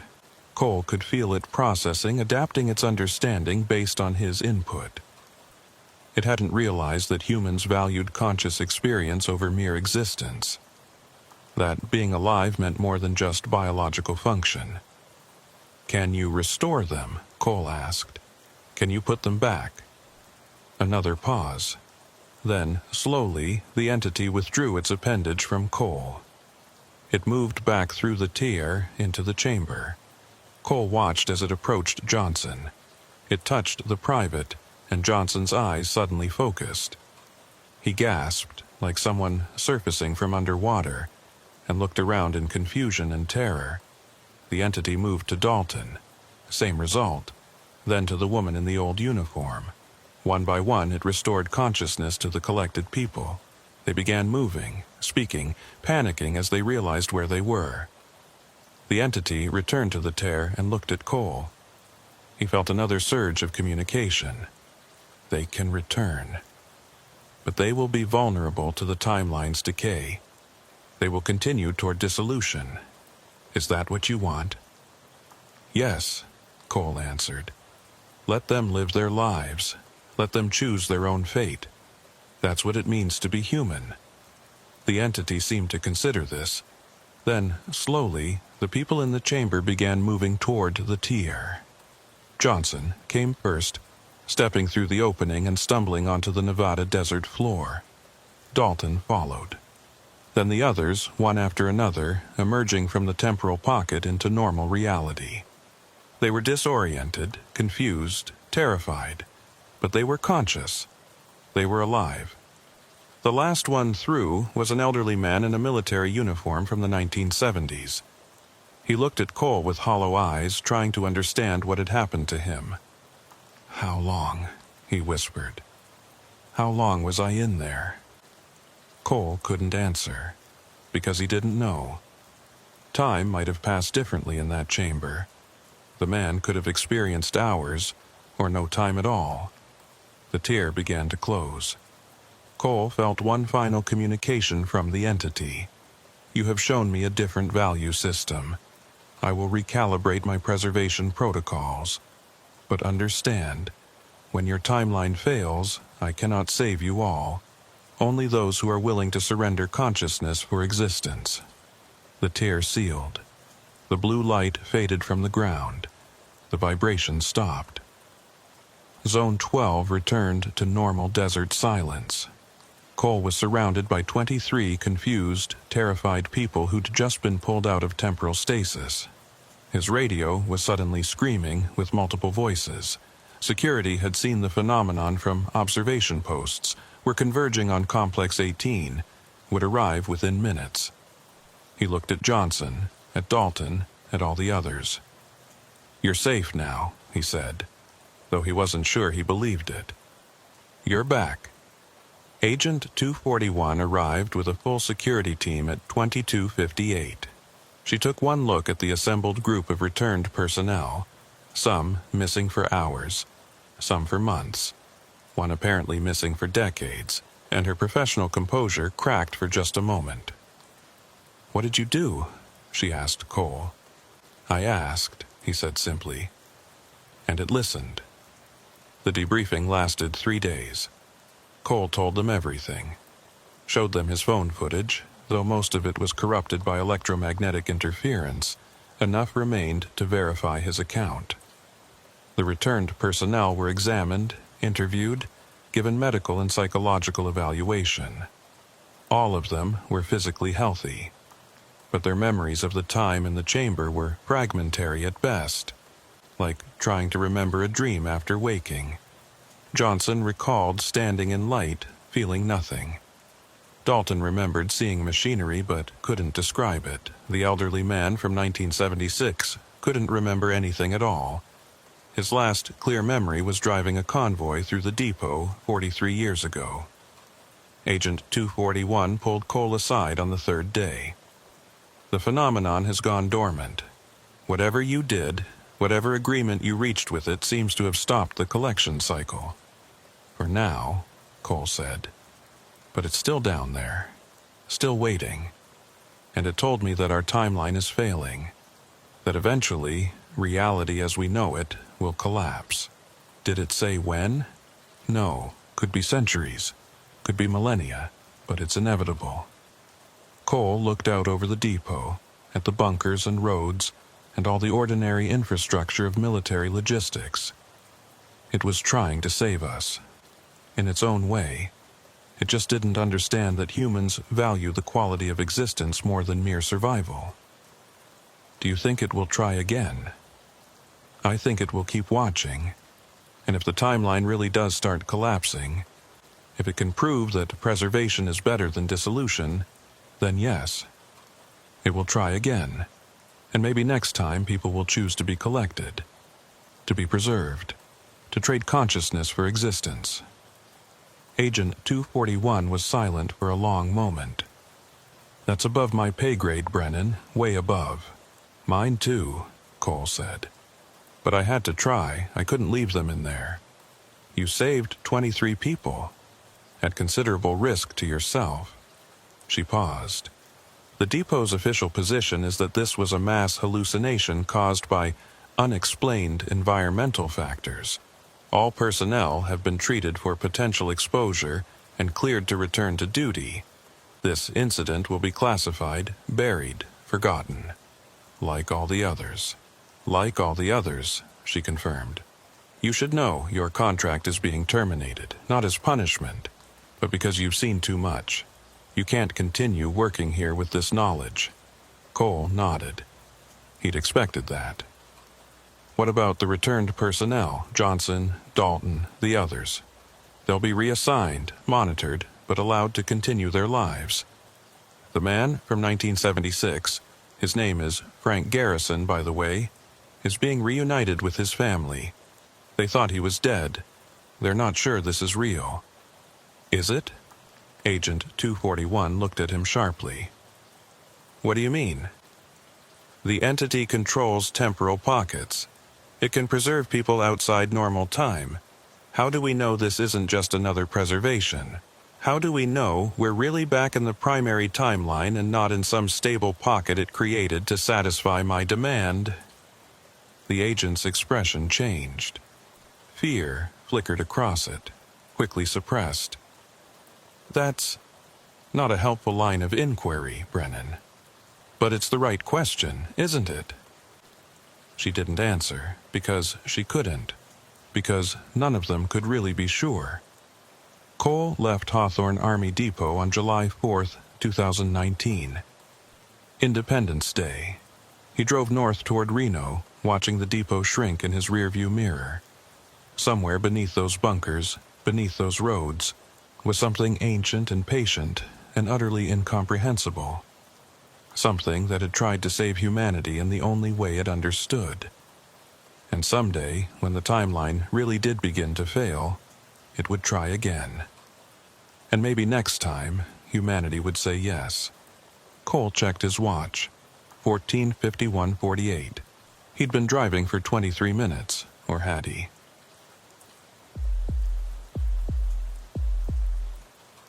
Dustin Karev had been working maintenance at Hawthorne Army Depot for 9 years, and he'd learned to trust his equipment. When a torque wrench said a bolt was tightened to spec, it was. When a multimeter showed 0 voltage, you could touch the wire. When a jackhammer wouldn't start, you didn't waste time troubleshooting. You grabbed a different one.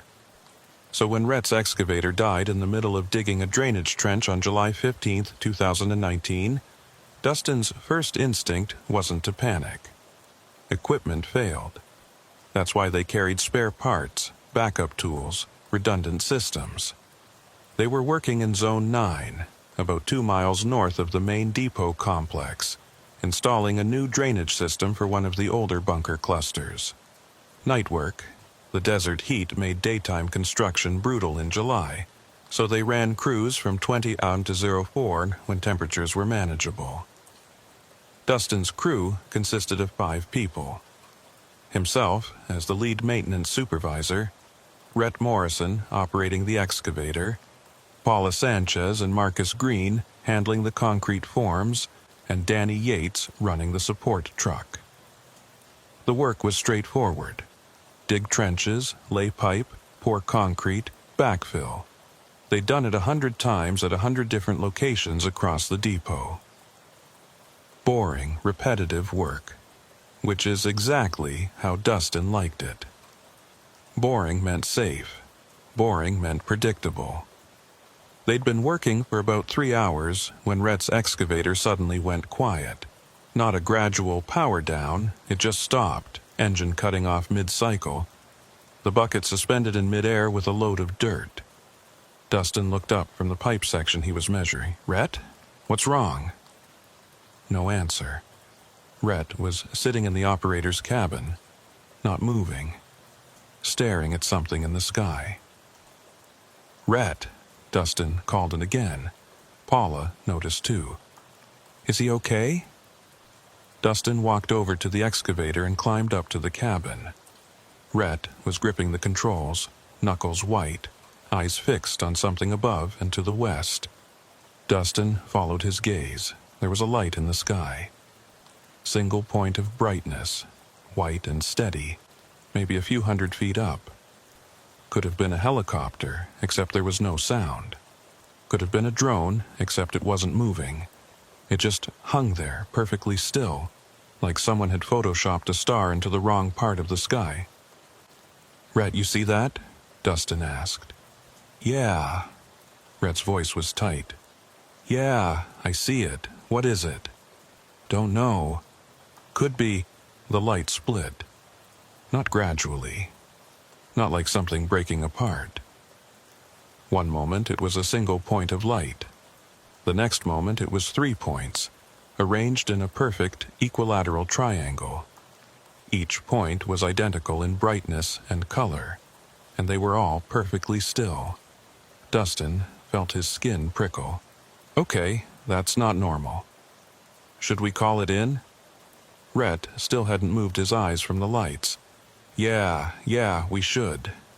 Dustin climbed down from the excavator and grabbed his radio. "Central, this is Maintenance 4. We've got an unidentified aerial phenomenon in Zone 9, approximately 300 feet altitude, bearing..." He checked his compass. "270 degrees. 3 distinct light sources in triangular formation. Requesting identification. Over." Static answered him. Not the usual background hiss. This was louder, more aggressive, with an underlying rhythm that made Dustin think of breathing. He tried again. "Central, this is Maintenance 4. Do you copy?" Over. More static. And underneath it, barely audible, what sounded like voices. Not words, just the cadence of human speech, but distorted, slowed down until it was unrecognizable. "Radio's dead," Paula said. She'd been trying her own handheld unit. "I'm getting nothing but interference." Marcus had his phone out. "No signal. I had full bars 2 minutes ago." Danny was standing by the support truck, staring at the lights. "Guys, they're moving." The 3 points of light were descending, slowly, smoothly, maintaining their perfect triangular formation. As they got closer, Dustin could see they weren't just points. They were spheres, each maybe 3 feet in diameter, glowing with that same steady white light. No visible source, no housing or structure, just spheres of light, floating down from the sky like they were on invisible wires. They stopped about 50 feet above the ground, directly over the trench Rhett had been digging. "What do we do?" Paula's voice was shaking slightly. Dustin's training said evacuate. Get everyone away from an unknown hazard. But his curiosity, that stupid, dangerous curiosity that had gotten him in trouble more than once, wanted to stay, wanted to understand what he was seeing. "Everyone back to the truck," he said. "Slowly. Don't run. Just walk normally and get in the truck." They moved as a group, keeping their eyes on the lights. Dustin was about to follow when he heard a sound that made him freeze.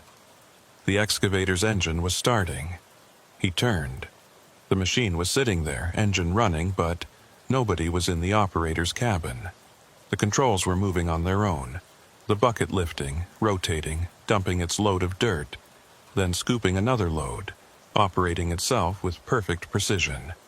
"Jesus Christ," Rhett whispered. "I turned that off. I know I turned it off." The 3 spheres of light began rotating around a central point, maintaining their triangular formation but spinning like a mobile. As they spun, the excavator worked faster. Bucket up, rotate, dump, bucket down, scoop, lift. The movements were impossibly quick, far faster than any human operator could manage. And the trench was getting deeper. "It's digging for something," Marcus said. "It's looking for something. We need to go now." Dustin grabbed Paula's arm and started pulling her toward the truck. "Everyone in the truck, we're leaving." They ran. No more pretense of calm evacuation. This had crossed over into genuine emergency. Dustin reached the truck first and yanked the driver's door open. The key was in the ignition. He turned it. Nothing happened. No engine turnover. No clicking. No dashboard lights. The truck was completely dead, just like the radio, just like the phones. "Try it again!" Danny was shouting. Dustin tried. Same result. The truck was dead weight, 4,000 pounds of useless metal. Behind them, the excavator was still digging. The trench was now at least 10 feet deep, far deeper than their drainage work required. And as Dustin watched, the bucket struck something solid. Metal scraping against metal. A sound that echoed across the empty desert. The excavator stopped. The engine cut off. The 3 spheres of light stopped rotating and moved down into the trench, disappearing below ground level. For a long moment, nothing happened. The 5 maintenance workers stood by the dead truck, staring at the trench, waiting. Dustin's heart was hammering so hard he could feel it in his throat. His mouth was dry. His hands were shaking. Then the lights came back up. But they weren't 3 separate spheres anymore. They had merged back into a single point, just like at the beginning. And that single point of light rose straight up into the sky, accelerating impossibly fast, and vanished. The silence that followed was profound. No wind, no animal sounds, just 5 people breathing hard in the Nevada night. Danny was the first to speak. Did that really just happen? Everyone okay? Dustin did a quick head count. All 5 present and accounted for. Anyone hurt? Anyone feel weird? Define weird, Paula said. Because I feel like I just watched physics take the night off. Dustin walked towards the trench. Slowly. Carefully. The others followed, staying close together. When they reached the edge, Dustin grabbed a work light from his belt and shined it down.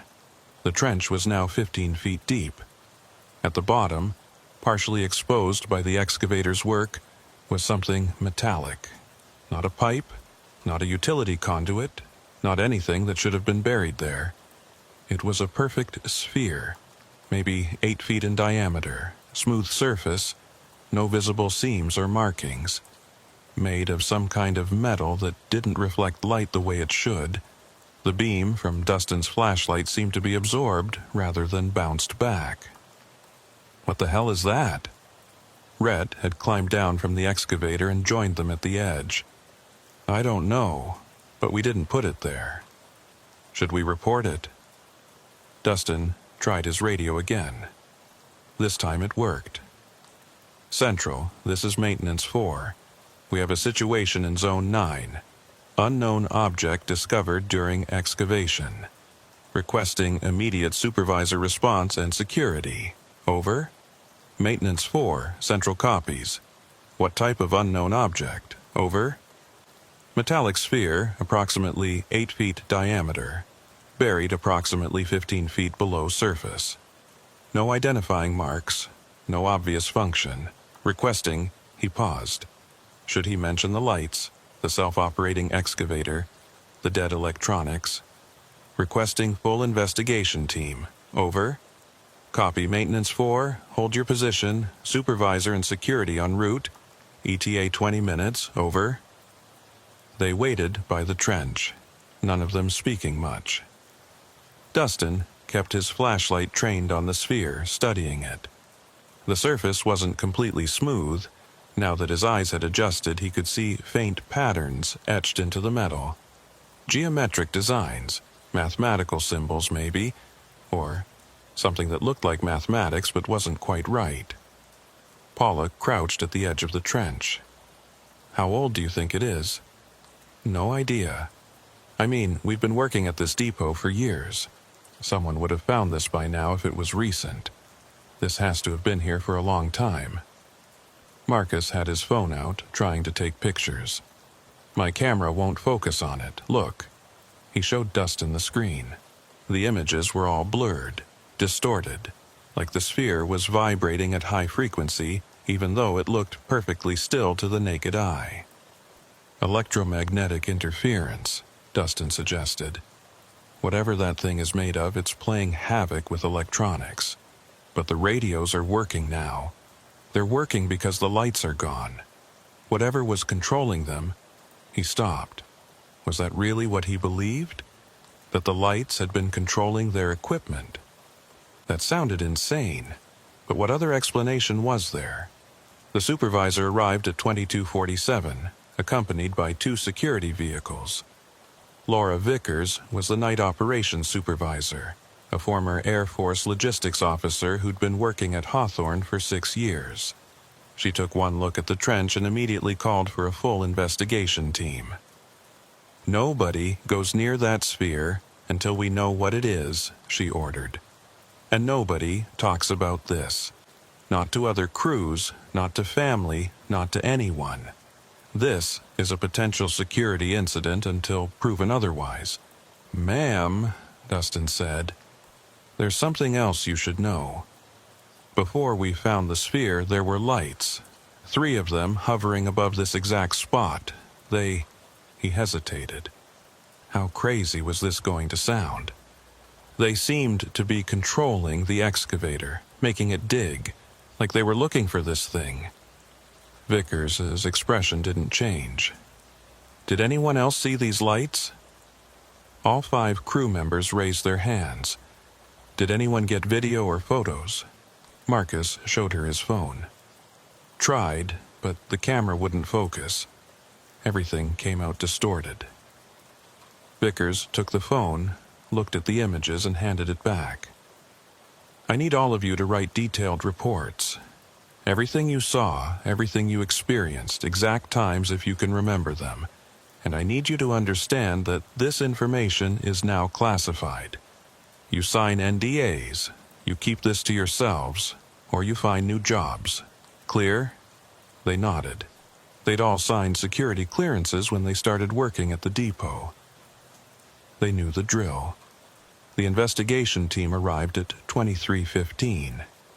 They set up lights around the trench, lowered sensors and cameras, took measurements and samples. Dustin and his crew were kept back at a safe distance, watching the professionals work. Dr. Kenneth Ashford was the lead investigator, a civilian scientist who worked for some government agency Dustin had never heard of. He spent 15 minutes studying the sphere from above, then another 30 minutes reviewing the sensor data. When he finally climbed out of the trench, his expression was grim. "This is beyond my clearance level," he said to Vickers. "I need to make some calls. Nobody touches anything until I get authorization." "What is it?" Vickers asked. "I don't know. But it's not ours. It's not Russian. It's not Chinese. And unless there's a civilization we don't know about, it's not human." They cordoned off the entire area.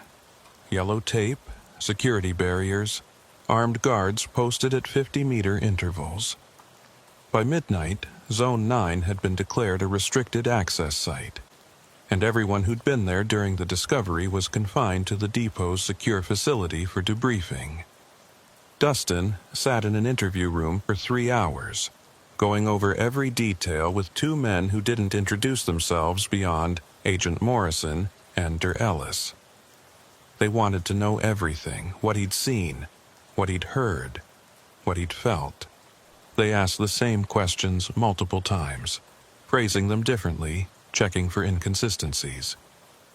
"Tell me again about when the excavator started moving on its own," Agent Morrison said. "I already told you 4 times. Tell me a 5th time. Details matter." Dustin sighed and went through it again. The engine starting by itself, the controls moving with no operator, the impossibly fast, precise movements, the way the bucket had struck the sphere with that distinctive metallic clang. "Did you hear any other sounds during this period? Any humming, buzzing, voices?" "Just the excavator and the radio static, but I told you about that." "Describe the static again." "It was loud, aggressive, with a rhythm underneath it, like breathing. And I thought I heard voices, but I couldn't make out words." Dr. Ellis leaned forward. "Did the voices sound human?" "I don't know, maybe. They had the pattern of human speech, rhythm, cadence, but slowed down, distorted." "Could it have been a language you don't speak?" "Could have been anything. I only heard it for a few seconds." They kept him until 03:30, then escorted him to temporary quarters in the administration building. He was told to get some sleep, that someone would collect him at E08 and Car. For further debriefing, don't call anyone. Don't use the internet. Don't talk to the other crew members. Dustin lay on the cot, staring at the ceiling, knowing sleep was impossible. His mind kept replaying the events, the lights splitting, the excavator digging, the sphere emerging from 15 feet of Nevada desert. What was it doing there? How long had it been buried? And why had those lights come looking for it tonight? After how many years? Decades? Centuries? He must have fallen asleep eventually because someone was shaking him awake. He looked at the clock. 07:55. Get dressed, the security officer said. They're excavating the sphere. You're required to observe. They drove him back to Zone 9 in a security vehicle. The site had been transformed overnight. Portable lights on stands illuminated the area like a movie set. A crane had been brought in. Technical crews were everywhere, setting up equipment, running cables, establishing a perimeter. The trench had been widened and deepened. Dustin could now see that the sphere wasn't sitting on the ground. It was partially embedded in something else, a larger structure. The excavation had revealed the top of what looked like a massive metal plate, at least 30 feet across, with the sphere mounted or attached to its surface. Dr. Ashford saw Dustin arrive and walked over. Mr. Karev, thank you for returning. I need you to identify something. He led Dustin to a monitoring station where multiple screens showed different views of the sphere and the plate beneath it. One screen displayed what looked like a 3D reconstruction based on ground-penetrating radar. This is what we're dealing with, Ashford said, pointing to the reconstruction. The sphere is the visible part, but underground there's an extensive structure. It appears to be a facility of some kind. Multiple chambers, corridors, at least 3 levels, buried approximately 30 feet below the surface. Dustin stared at the image. That's impossible. We've been working at this depot for 9 years. Someone would have found this. You'd think so, but ground-penetrating radar doesn't work well in this soil. Too much mineral content. And metal detectors would have picked up all the munitions in the area, masking anything else. This facility was effectively invisible using standard survey techniques. So, how did the lights know it was here? Excellent question. One we don't have an answer for. Ashford pulled up another screen. This is what I need you to identify. We found these markings on the excavator's bucket. The screen showed close-up photos of the excavator's metal surface. There were symbols etched into the steel, the same geometric patterns Dustin had seen on the sphere. Perfect lines, mathematical precision, as if someone had used a laser engraver while the excavator was digging. Those weren't there before, Dustin said. I maintain that equipment. I would have noticed. That's what I thought. These marks are fresh. You can see where they've cut through the rust and dirt. They were made tonight during the excavation, but we have no idea how or by what. The lights did it when they were controlling the excavator. Ashford nodded slowly. That's our working theory. The phenomenon, whatever it was capable of manipulating physical matter with extreme precision while operating mechanical equipment. That suggests either advanced technology or... He trailed off. Or what? Or something that doesn't quite fit our understanding of what's possible. They spent the next 6 hours carefully excavating around the sphere and the plate. The crane was used to lift sections of dirt and rock, while technicians worked by hand near the metal surfaces, using brushes and small tools like archaeologists at a dig site. By 14 Hunquag, they'd exposed the full extent of the plate. It was circular, 43 feet in diameter, made of the same non-reflective metal as the sphere. The sphere sat in the exact center, mounted on what looked like a raised platform, and around the edge of the plate were more symbols, thousands of them, arranged in concentric rings. "It's a door," Dr. Ellis said suddenly. He'd been studying the symbols through high-powered binoculars. "Or a hatch. Look at the patterns. They repeat every 90 degrees. That's a locking mechanism." "How do you know?" Vickers asked. "Because I've seen something similar before, different location, different circumstances, but the basic design is the same. There's a facility underneath this. The question is whether we want to open it." Agent Morrison joined the conversation. "We don't have a choice. If this is what I think it is, we need to document everything inside before we seal it. And if opening it triggers something, then we deal with it. But we can't leave an unknown installation sitting under an active ammunition depot. The security implications alone, I'm more concerned about the safety implications," Ashford interrupted. "Those lights demonstrated the ability to control our equipment remotely.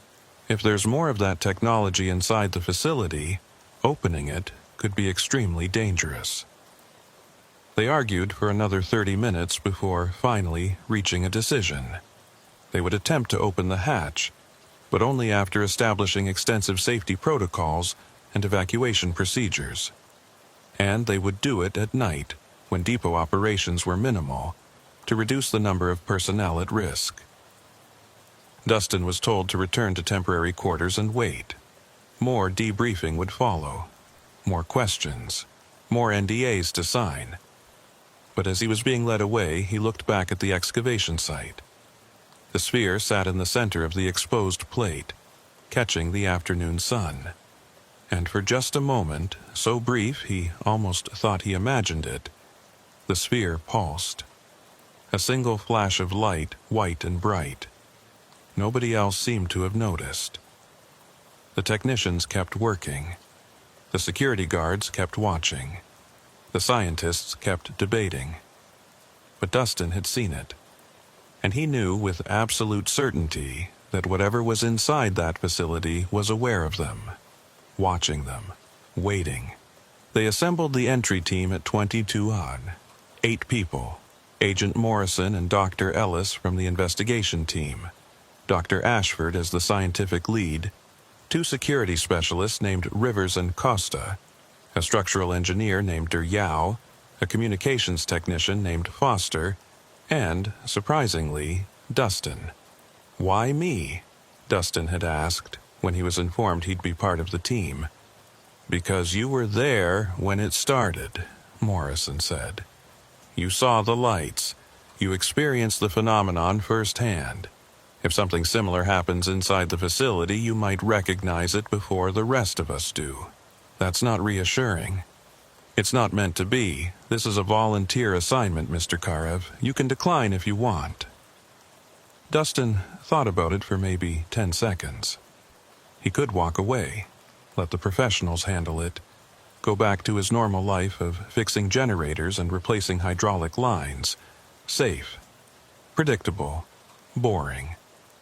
Or he could go down into whatever was waiting beneath Zone 9. "I'm in," he said. They spent 2 hours reviewing the entry plan. The hatch had been opened using a combination of mechanical leverage and what Dr. Ellis called resonance frequency activation. Essentially, playing specific sound frequencies at the locking mechanism until something clicked. Beneath the hatch was a vertical shaft, approximately 6 feet in diameter, descending at least 40 feet before leveling off into horizontal corridors. "We don't know what the atmosphere is like down there," Ashford warned. "Could be toxic, could be inert gas. We're all wearing hazmat suits with independent air supplies. Do not remove your helmet under any circumstances. Do not touch anything unless I explicitly authorize it. Stay in visual contact with at least one other team member at all times." They suited up and approached the hatch at 2347. Portable lights had been rigged around the opening, pointing down into the shaft. Dustin looked down and saw metal rungs set into the wall, a ladder, descending into darkness.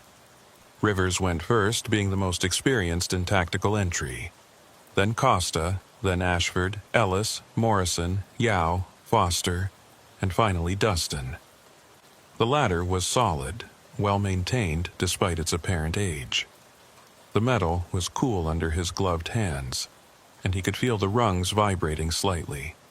A deep, subsonic hum that resonated through the structure. The descent took 5 minutes. When Dustin reached the bottom, he found himself in a circular chamber about 20 feet in diameter. The walls were the same non-reflective metal as the sphere and plate above. The floor was perfectly level, and around the perimeter were 6 doorways, all identical, all leading to dark corridors that branched off in different directions. "Radio check," Morrison said. His voice came through Dustin's helmet speaker with perfect clarity. "Everyone confirm."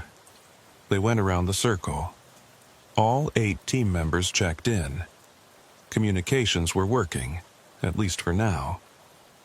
Ashford pulled out a device that looked like a modified tablet computer. Atmospheric scan shows breathable air with normal oxygen levels. Temperature is 68 degrees Fahrenheit. Humidity near 0.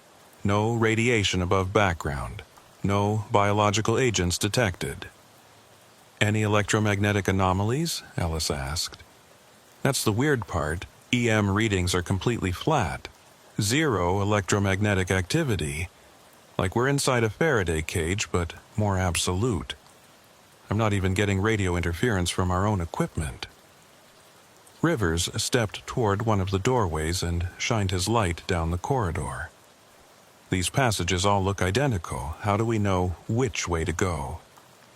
"We map as we go," Yao said. She was already setting up a portable survey station. "I'll maintain position here at the entrance, establish a baseline, and guide you through the facility. Everyone needs to wear these." She distributed small beacon devices that attached to their suits. "I can track your positions relative to the entrance. Don't go anywhere without a beacon." They chose the corridor directly opposite the ladder. Arbitrary decision, but they had to start somewhere. Rivers led the way, with Costa 5 feet behind, then the others in single file. The corridor was 8 feet wide and perfectly straight, extending beyond the range of their lights. As they walked, Dustin noticed something odd about the walls. They weren't smooth. Up close, he could see incredibly fine patterns, almost like circuitry, etched into the metal. The patterns seemed to shift in his peripheral vision, rearranging themselves. But when he looked directly at them, they were static. "Is anyone else seeing the walls move?" he asked. "Confirmed," Ellis said. "Optical illusion caused by the pattern density. Your brain is trying to process too much information at once." They walked for 3 minutes before reaching the first junction. The corridor split into a Y formation, both branches curving away into darkness. "Taking right branch," Rivers announced. They proceeded down the right corridor for another 2 minutes before finding a door. It wasn't like the doorways they'd passed through earlier. This was an actual door. A circular hatch similar to the one on the surface, but smaller, maybe 4 feet in diameter. And in the center of the door was a handprint. Not carved, not etched, molded into the metal as if someone had pressed their hand into soft clay and it had hardened. A human-sized hand with 5 fingers. "Is that?" Foster's voice trailed off. "It's a handprint," Ashford confirmed. "Approximately the same size as an adult human hand, which raises some interesting questions about who built this facility. Or what they wanted us to think," Morrison said. "Could be deliberate misdirection." Dr. Ellis approached the door and carefully scanned the handprint with his equipment. No biological residue. The print is part of the metal structure. It was formed during manufacturing, not added later. This is intentional design. "Access mechanism?" Yao suggested from her position at the entrance, her voice coming through their helmet radios. "Only one way to find out." Ellis looked at Morrison, who nodded. Ellis placed his gloved hand over the print. For a moment, nothing happened. Then the door began to glow. Faint at first, but rapidly brightening, the metal turning from dull gray to pale blue. The glow spread from the handprint outward, following lines in the metal that Dustin hadn't noticed before.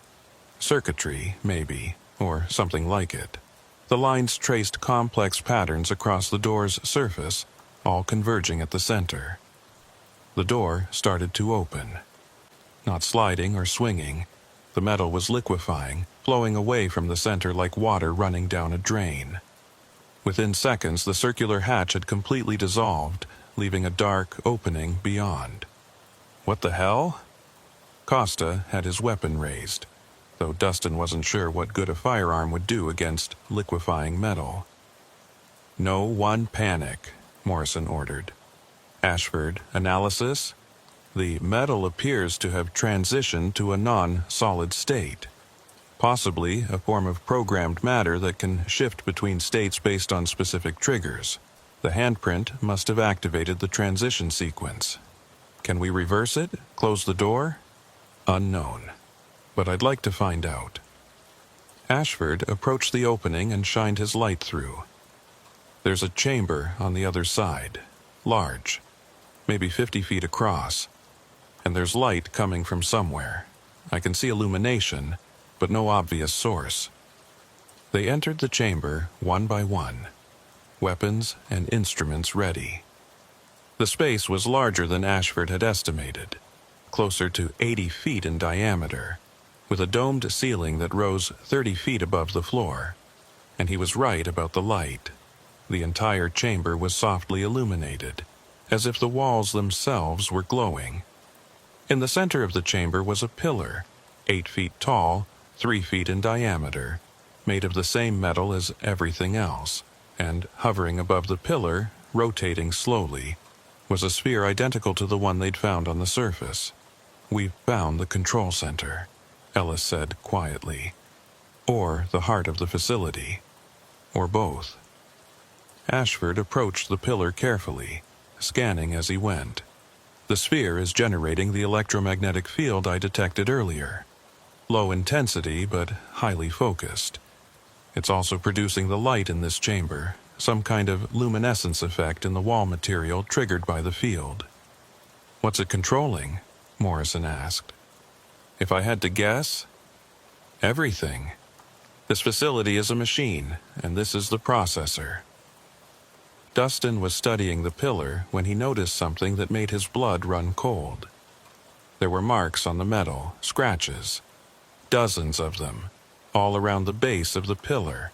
And they weren't random. They formed patterns. Symbols. The same symbols he'd seen on the excavator's bucket.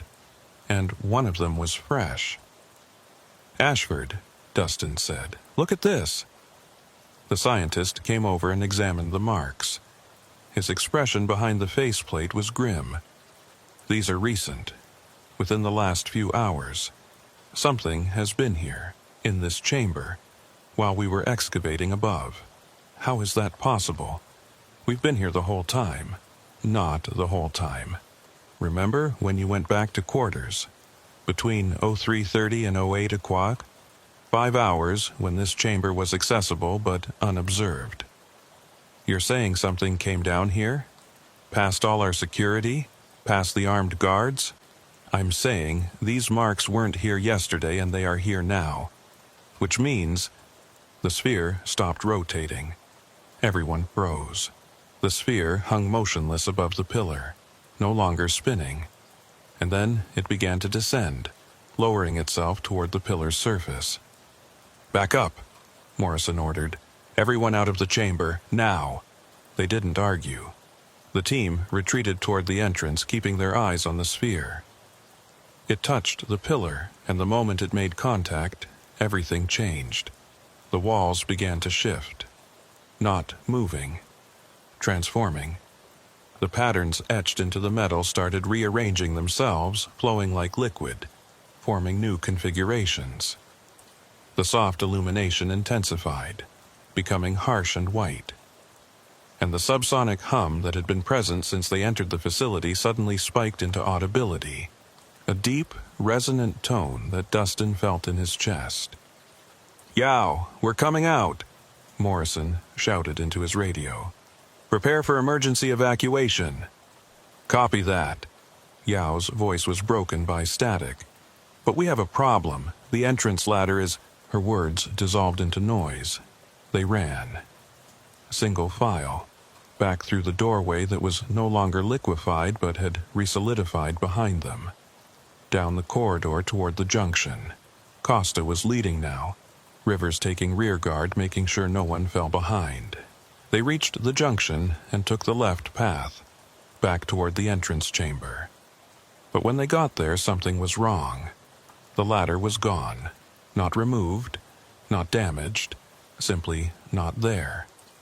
The shaft above them was sealed with metal, as if the ladder had never existed. They were trapped. "What the hell?" Costa was looking up at the sealed shaft, confusion and fear in his voice. Yow's voice crackled through the static on their radios. "Inside.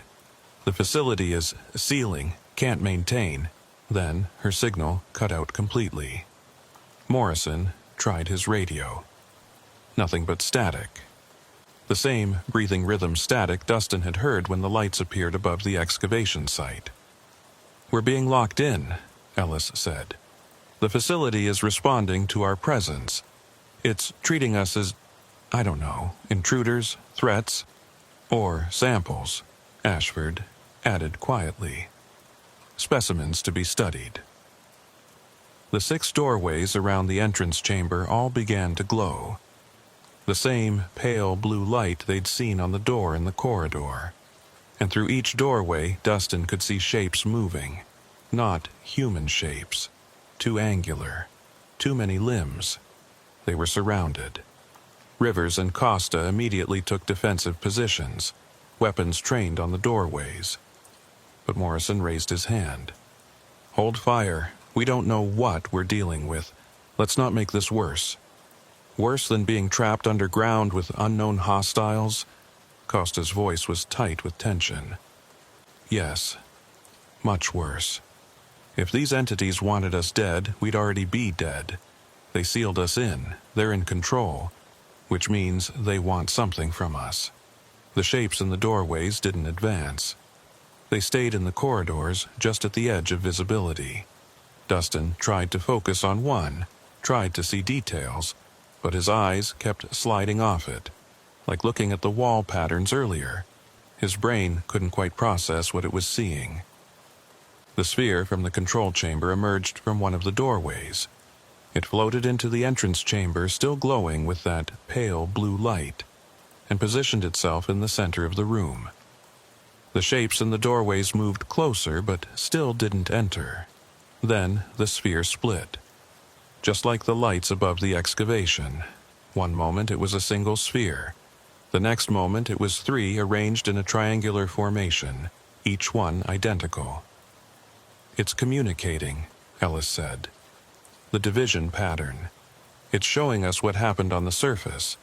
It's trying to establish context." The 3 spheres rotated around each other, slowly at first, then faster.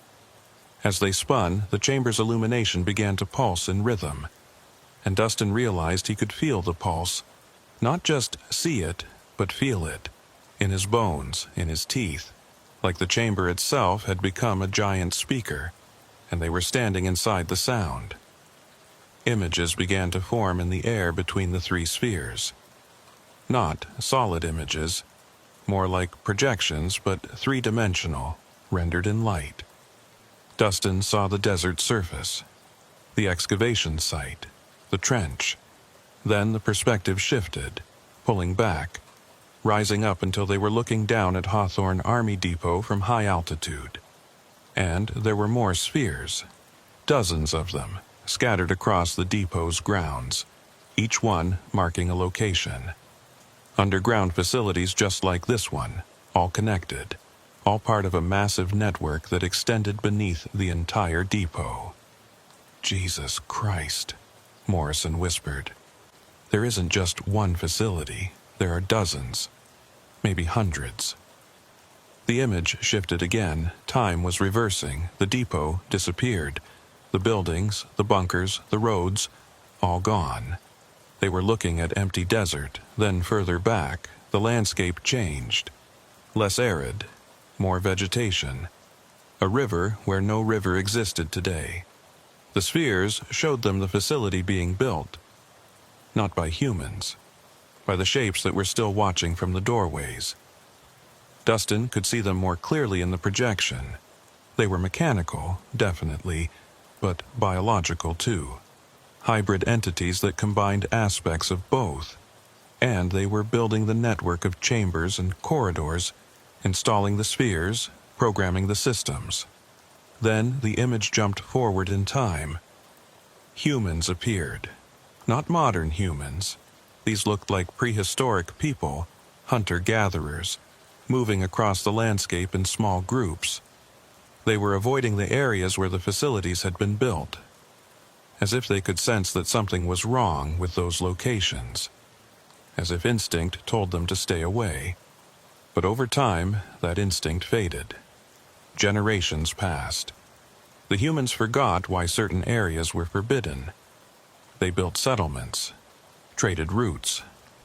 Eventually, in the 20th century, the U.S. military chose this location for an ammunition depot, built their bunkers directly over the ancient facilities, never knowing what was beneath them. The image showed the facility detecting the activity above, monitoring, recording, but not interfering, just watching as humans stacked thousands of tons of explosives directly overhead.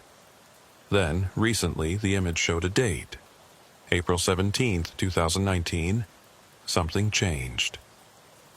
One of the spheres on the surface began to malfunction. Dustin recognized the location, Bunker 47, where Travis Kellerman had seen the lights. The sphere had activated prematurely, sending out a signal that disrupted electronics and affected human consciousness. The facility responded by trying to retrieve the malfunctioning sphere. Hence, the light splitting into three. That was the retrieval protocol. But the attempt failed. The sphere couldn't be recovered without exposing the entire facility. So, the facility did the next best thing.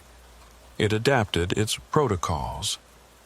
It learned to operate more carefully, to avoid detection, to minimize human interaction. But it kept monitoring, kept recording, kept watching. And it had been particularly interested in maintenance worker patterns, in vehicles that operated near the buried facilities, in excavation work that might accidentally expose the network.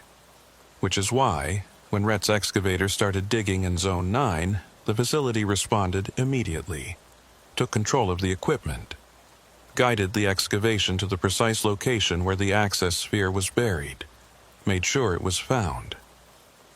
It wanted us to find it, Dustin said. This whole thing, the lights, the self-operating excavator, it was deliberate. It wanted us to open the facility. But why? Ellis asked. The image changed one more time. It showed the present day, but it didn't stop there. It continued forward, projecting into the future. Days, weeks, months. And Dustin saw something that made his stomach drop. The ammunition stored in the bunkers above was degrading. Slowly. Imperceptibly. But degrading nonetheless. And in approximately 14 months, one specific type of ordnance, a particular batch of artillery shells stored in Bunker 34, would reach critical instability. When those shells detonated, they would trigger a chain reaction. Bunker 34 would explode. The shock wave would destabilize Bunker 35, then 36, then 37, a cascading failure that would eventually involve most of the depot's southern sector. And all of that explosive force would be directed downward, directly into the facility network, destroying everything, erasing thousands of years of data, of records, of preservation. The entities couldn't allow that. So they did the only thing they could. They revealed themselves.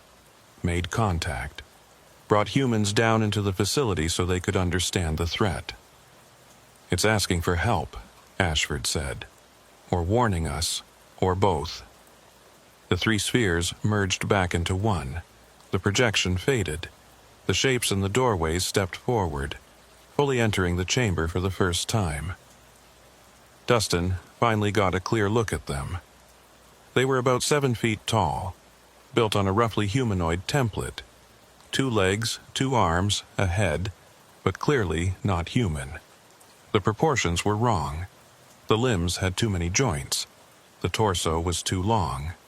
And the head was dominated by clusters of sensor organs that might have been eyes, or might have been something else entirely. But despite their alien appearance, there was something almost familiar about them. They moved with purpose. They communicated with each other using gestures that suggested language. They were intelligent, conscious. Whatever else they were people. Just not human people. One of them approached Dustin.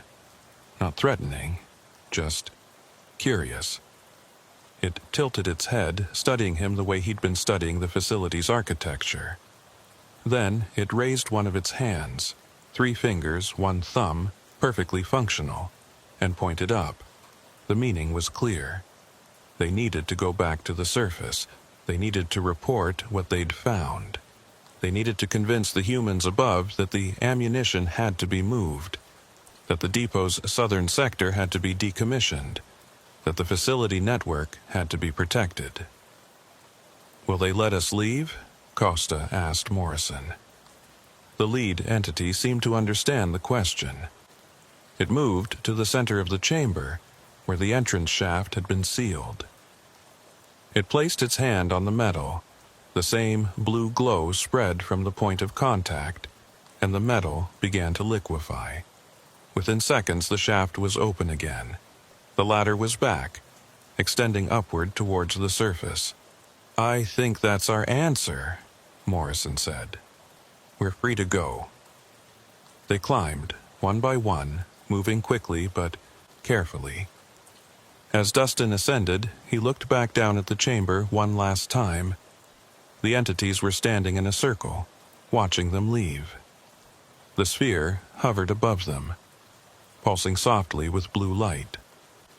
They weren't hostile. They weren't invaders. They were refugees.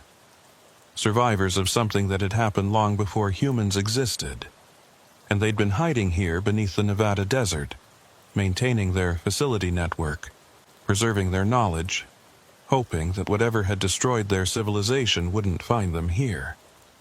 But now they were in danger again, not from an external threat, but from human ignorance, from the very people who'd built a military installation directly on top of their hidden refuge. Dustin reached the surface at 01:23. Dawn was still hours away. The excavation site was surrounded by anxious personnel. Yao was there, looking relieved, and Laura Vickers, and at least 20 security officers. "What happened down there?" Vickers demanded as soon as Morrison emerged. "We lost contact, the entrance sealed. We were about to mount a rescue operation." "Stand down," Morrison said. "We're all safe, but we need to talk, privately, and we need to get Dr. Ashford's full report to whoever has authority over this depot's long-term operations." They spent the next 6 hours in debriefing. Everything was documented: the chamber, the entities, the projections, the warning about the unstable ammunition. Dr. Ashford's report was transmitted to Washington within the hour, flagged with the highest priority classification. The response came back at 09 Aquai. All ammunition in the southern sector was to be relocated immediately. Bunker 34 and surrounding structures were to be decommissioned and demolished. The excavation site in Zone 9 was to be sealed and declared permanently off-limits. No public explanation would be given. The official story would be routine facility upgrades and safety improvements. But Dustin knew the truth, and so did the 7 other people who'd gone down into the facility. They'd made contact. They'd communicated with something utterly non-human, yet undeniably intelligent, and they'd reached an understanding. The facility network would remain hidden. The entities would continue their long vigil, maintaining their systems, preserving their records. And humans would unknowingly protect them by avoiding certain areas, by routing roads around specific locations, by building their bunkers in carefully selected positions. It had been happening for decades. The depot's inefficient road layouts, the seemingly arbitrary placement of restricted zones, the locations that maintenance workers instinctively avoided, all of it had been subtly influenced by the facility network. Not control, just gentle guidance, nudging human decisions in directions that avoided exposure. And it had worked, until Rhett's excavator started digging in the wrong place at the wrong time. Dustin was released from debriefing at 1400 and told to take the rest of the week off. Paid leave, see a counselor if needed, standard protocol for traumatic incidents. He drove back to his apartment in Hawthorne and sat on his balcony, looking out over the town. Somewhere beyond the visible horizon, beneath hundreds of feet of rock and desert sand, the facility network was still operating, still recording, still waiting. The entities had shown him something else in those projections, something he hadn't mentioned in his debriefing, because he wasn't sure he believed it himself, wasn't sure he wanted to believe it. They'd shown him what would happen in the far future, centuries from now, millennia, when whatever had destroyed their original civilization finally found them here, when the hiding ended and the reckoning came, and they'd shown him humans, still here, still surviving, standing alongside the entities, fighting together against something vast and terrible that Dustin's mind couldn't fully comprehend. It might have been a prediction, or a hope, or just a possibility, one potential future among infinite others. But it suggested something profound, that the relationship between humans and the entities wasn't ending here. It was just beginning. 3 nights later, Dustin was back at work. Different location, Zone 14, far from the excavation site. But the same job. Maintenance, fixing things, keeping the depot running. He was testing a generator when he saw them. 3 lights in the sky, arranged in a triangular formation, hovering about 200 feet up. He watched as they split apart, moved independently for a moment, then came back together. A single point of light. Then they were gone. Nobody else seemed to have noticed. The other workers kept doing their jobs, unaware of what had just happened overhead. But Dustin understood. It was a message, a greeting, a reminder that they were still there, still watching, still maintaining their long vigil beneath the desert. He went back to work on the generator. The wrench in his hand felt solid and real. The simple mechanics of the engine were familiar and comforting. But he couldn't stop thinking about what lay beneath his feet, about the network of chambers and corridors and preservation systems, about the entities who'd been here long before humans arrived, and who would probably be here long after humans were gone. He finished the repair and logged it in his tablet. Everything was normal. Everything was functioning correctly. The depot would continue operating as it always had. And somewhere below, in chambers that weren't supposed to exist, the entities would continue their work. Recording. Preserving. Waiting for the day when they might need to ask humanity for help again. Or when humanity might need to ask them. Dustin looked up at the stars. The sky was clear. No clouds, no lights, just the vast emptiness of space stretching away forever. But he knew now that space wasn't empty. That even here, in the Nevada desert, in the middle of nowhere, there were others. Watching. Waiting. Surviving. The sky had split in 3 that night. But what it had really done was open, revealing depths he'd never imagined, connections he'd never suspected. And now he couldn't unsee them. Over the next 6 weeks, the southern sector transformation happened faster than anyone had anticipated. Convoy after convoy removed ammunition from bunkers 34 through 41. The explosives were redistributed to facilities in Utah, Arizona, and California. By the end of August, the entire zone around the excavation site had been cleared. Dustin watched it happen from his observation post assignments. He'd been rotated into surveillance duty, officially because they needed experienced personnel monitoring the relocation operation. But he suspected the real reason was that someone wanted him where they could keep an eye on him, where he could report any anomalies immediately. He saw them 3 more times during that period. The first was on July 28th at 03:17 in the morning.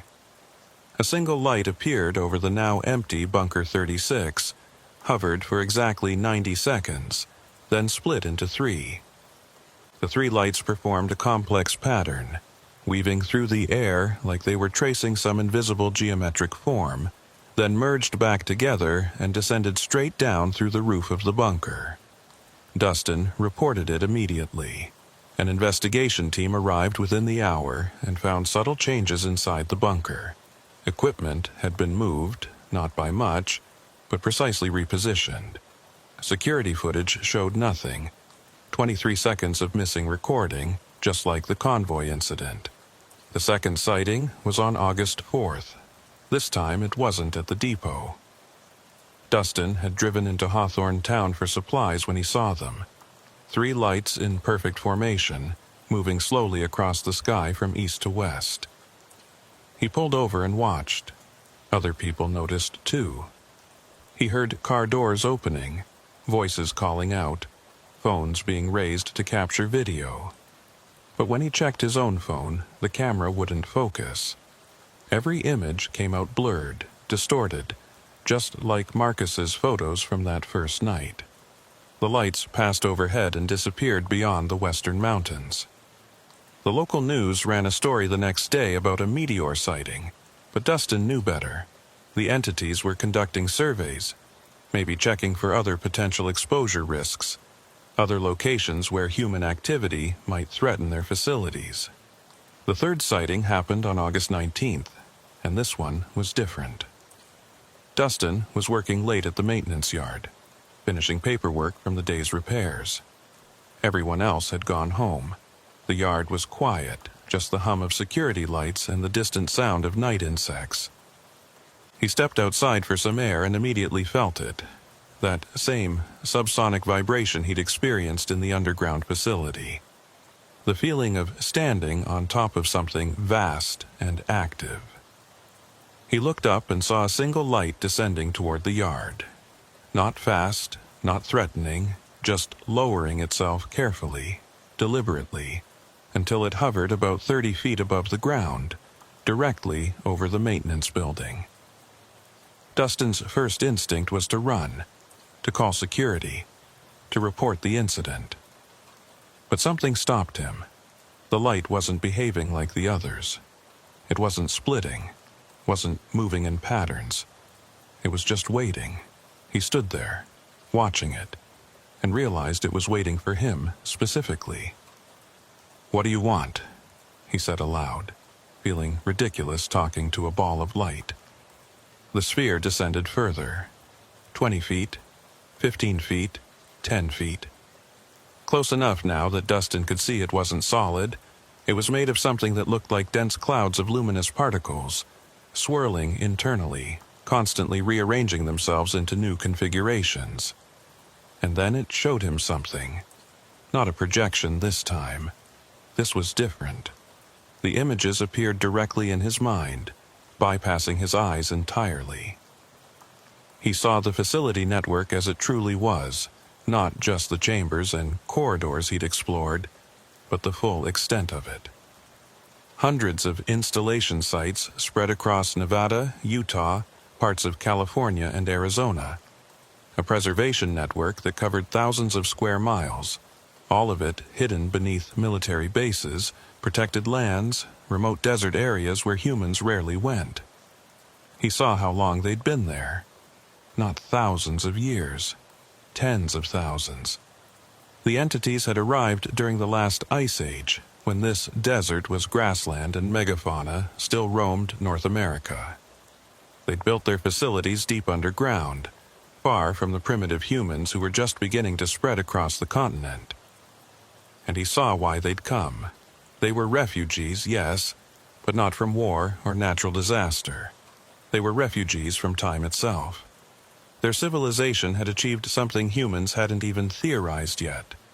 They'd learned to manipulate temporal mechanics, to move forward through time deliberately, jumping across centuries and millennia. But something had gone wrong. A catastrophic miscalculation had fragmented their species across multiple timelines, scattering them through different epochs, different versions of Earth's history. The entities in the Nevada facilities were one fragment. Survivors who'd emerged in the Pleistocene era and decided to hide, to wait, to preserve their knowledge until their technology could advance enough to attempt reunion with the other fragments. They'd been waiting for 47,000 years. And now, finally, they were close to having the mathematics worked out. Close to understanding how to navigate the timeline fragmentation and find their lost people. But they needed help. They needed resources they couldn't access themselves. They needed humans. The image shifted. Dustin saw himself, but older. Maybe 10 years older. Standing in a laboratory that didn't exist yet. Working alongside one of the entities, both of them focused on complex equations displayed on screens that showed mathematics beyond current human understanding. This was a potential future. A possibility. A path that opened if he made certain choices. "You're asking me to help you," Dustin said. The sphere pulsed once. Affirmative. "Why me? I'm just a maintenance worker. I fix generators and replace hydraulic lines. I'm not a scientist." Another image. This one showed the moment when Dustin had climbed into the underground facility. The moment he'd decided to go, despite the danger, despite the fear. That decision had marked him. The entities had been watching humans for thousands of years, studying behavior patterns, learning how to predict choices. Most humans would have run. Most would have prioritized their own safety. But Dustin had chosen to understand, to communicate, to help. That made him valuable. That made him someone they could work with. "What happens if I say no?" Dustin asked.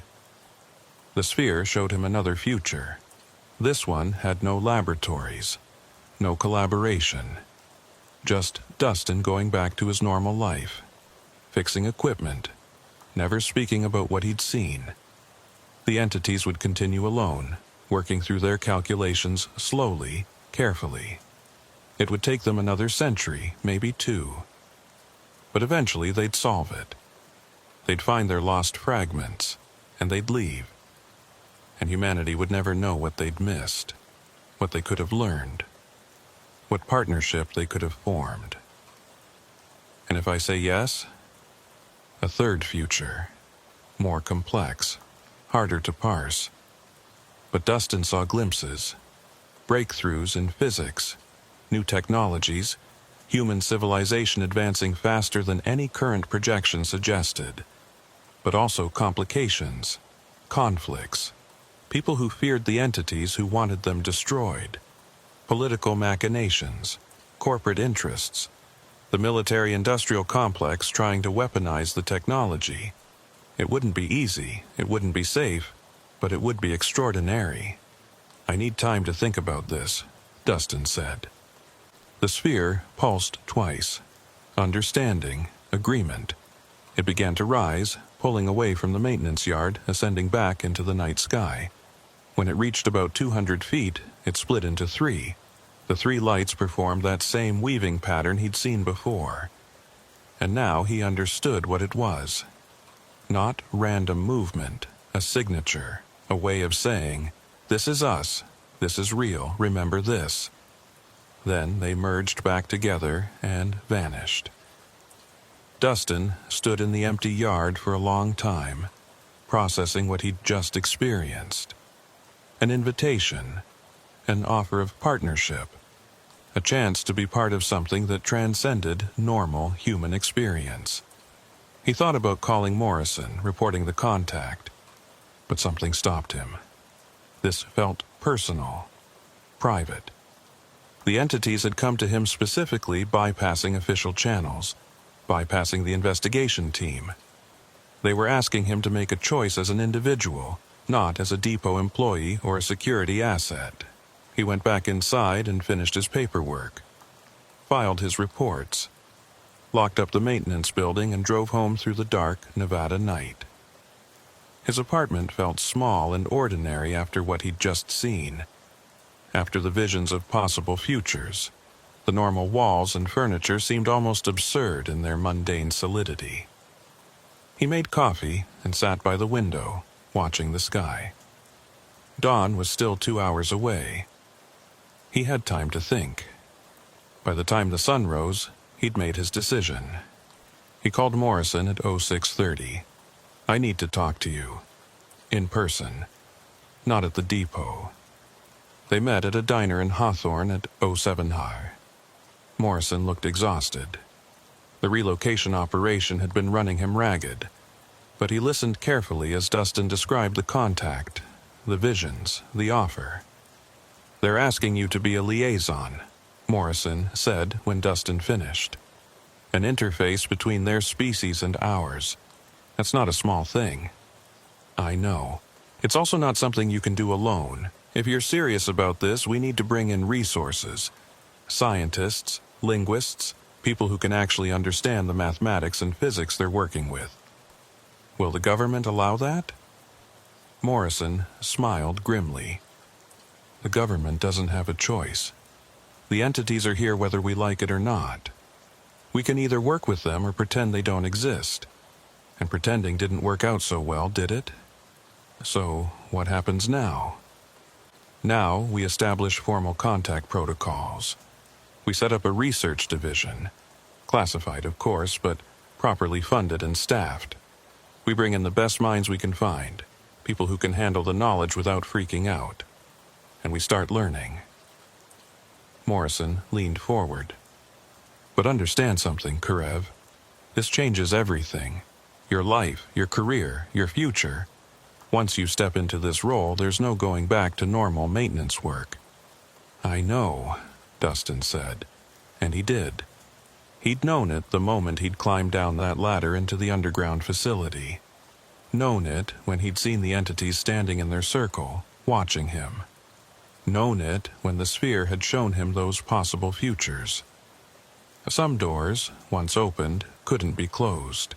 6 months later, Dustin was working in a new facility, not underground this time, but a specially constructed laboratory building at the depot's northern edge.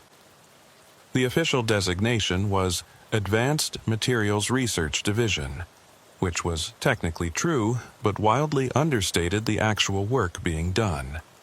The team had grown to 23 people, physicists, mathematicians, engineers, and specialists in fields that barely had names yet. Dr. Ellis had joined full-time, along with Dr. Ashford. They'd brought in talent from universities and national laboratories, people who'd signed NDAs so comprehensive that they essentially signed away their ability to discuss their work with anyone outside the program. And they'd made progress. Remarkable progress. The entities had been generous with their knowledge, sharing principles and equations that human science was still decades away from discovering independently. In exchange, humans provided resources the entities couldn't access. Rare earth elements, computational power, and most importantly, hands that could work in the surface world without risk of exposure. Dustin's role had evolved. He wasn't just a liaison anymore. He'd become something like a project coordinator, managing the interface between human researchers and entity experts. He'd learned to recognize individual entities. They had distinctive movement patterns, communication styles, preferences in how they structured information. He'd even learned some of their gestural language. though his human hands couldn't quite replicate the full complexity of their three-fingered articulation. He stood in the laboratory now, watching Dr. Ellis work with one of the entities on a temporal mathematics problem. The entity, Dustin had mentally nicknamed it Compass because of its tendency to orient toward magnetic north, was displaying equations on a holographic interface that the entities had helped the team construct. Ellis was frantically taking notes, occasionally asking questions that Compass would answer with elaborate gesture sequences. "We're close," Ellis said, glancing at Dustin. "Another 6 months, maybe a year, and we'll have the core calculations complete. They'll actually be able to attempt the reunion." "And then what?" Dustin asked. "Then we find out if there are really other fragments scattered through time, and if we can help bring them together." Ellis smiled. "Think about it, Karev. We might be about to witness the reunification of a species that's been broken apart for 50,000 years. That's unprecedented." Dustin thought about the vision the sphere had shown him. The laboratory, the collaboration, the future that unfolded from these choices. It was happening. It was real. They were actually doing it. His phone buzzed. A message from Morrison. "New sighting, Zone 12. 3 lights, same pattern. They're checking on us." Dustin smiled. Of course they were. The entities were cautious, careful, constantly verifying that their partnership with humans was proceeding safely. They'd been hiding for so long that trust didn't come easily. He stepped outside the laboratory and looked up at the night sky. Clear and dark, stars scattered across the blackness like the luminous particles inside the spheres. Somewhere up there, or down below, or in some adjacent time stream. The other fragments of the entity species were waiting, lost, hoping for reunion. And here, in the Nevada desert, in a place where humans had once stacked explosives without knowing what lay beneath them, 2 species were working together to make that reunion possible. The sky had split in 3 that night, but what it had really done was offer a choice, a path, a future that diverged from everything humanity had expected. Dustin had taken that path, and now there was no turning back. He watched the stars for another moment, then went back inside. There was work to do, calculations to verify, protocols to establish, futures to build. The lights would split again. They always did. It was their way of saying, "We're here, we're watching, we're with you." And Dustin would be watching too. Always watching. Always ready. Because the sky wasn't a ceiling anymore. It was a door. And beyond it lay possibilities that humanity was only beginning to understand.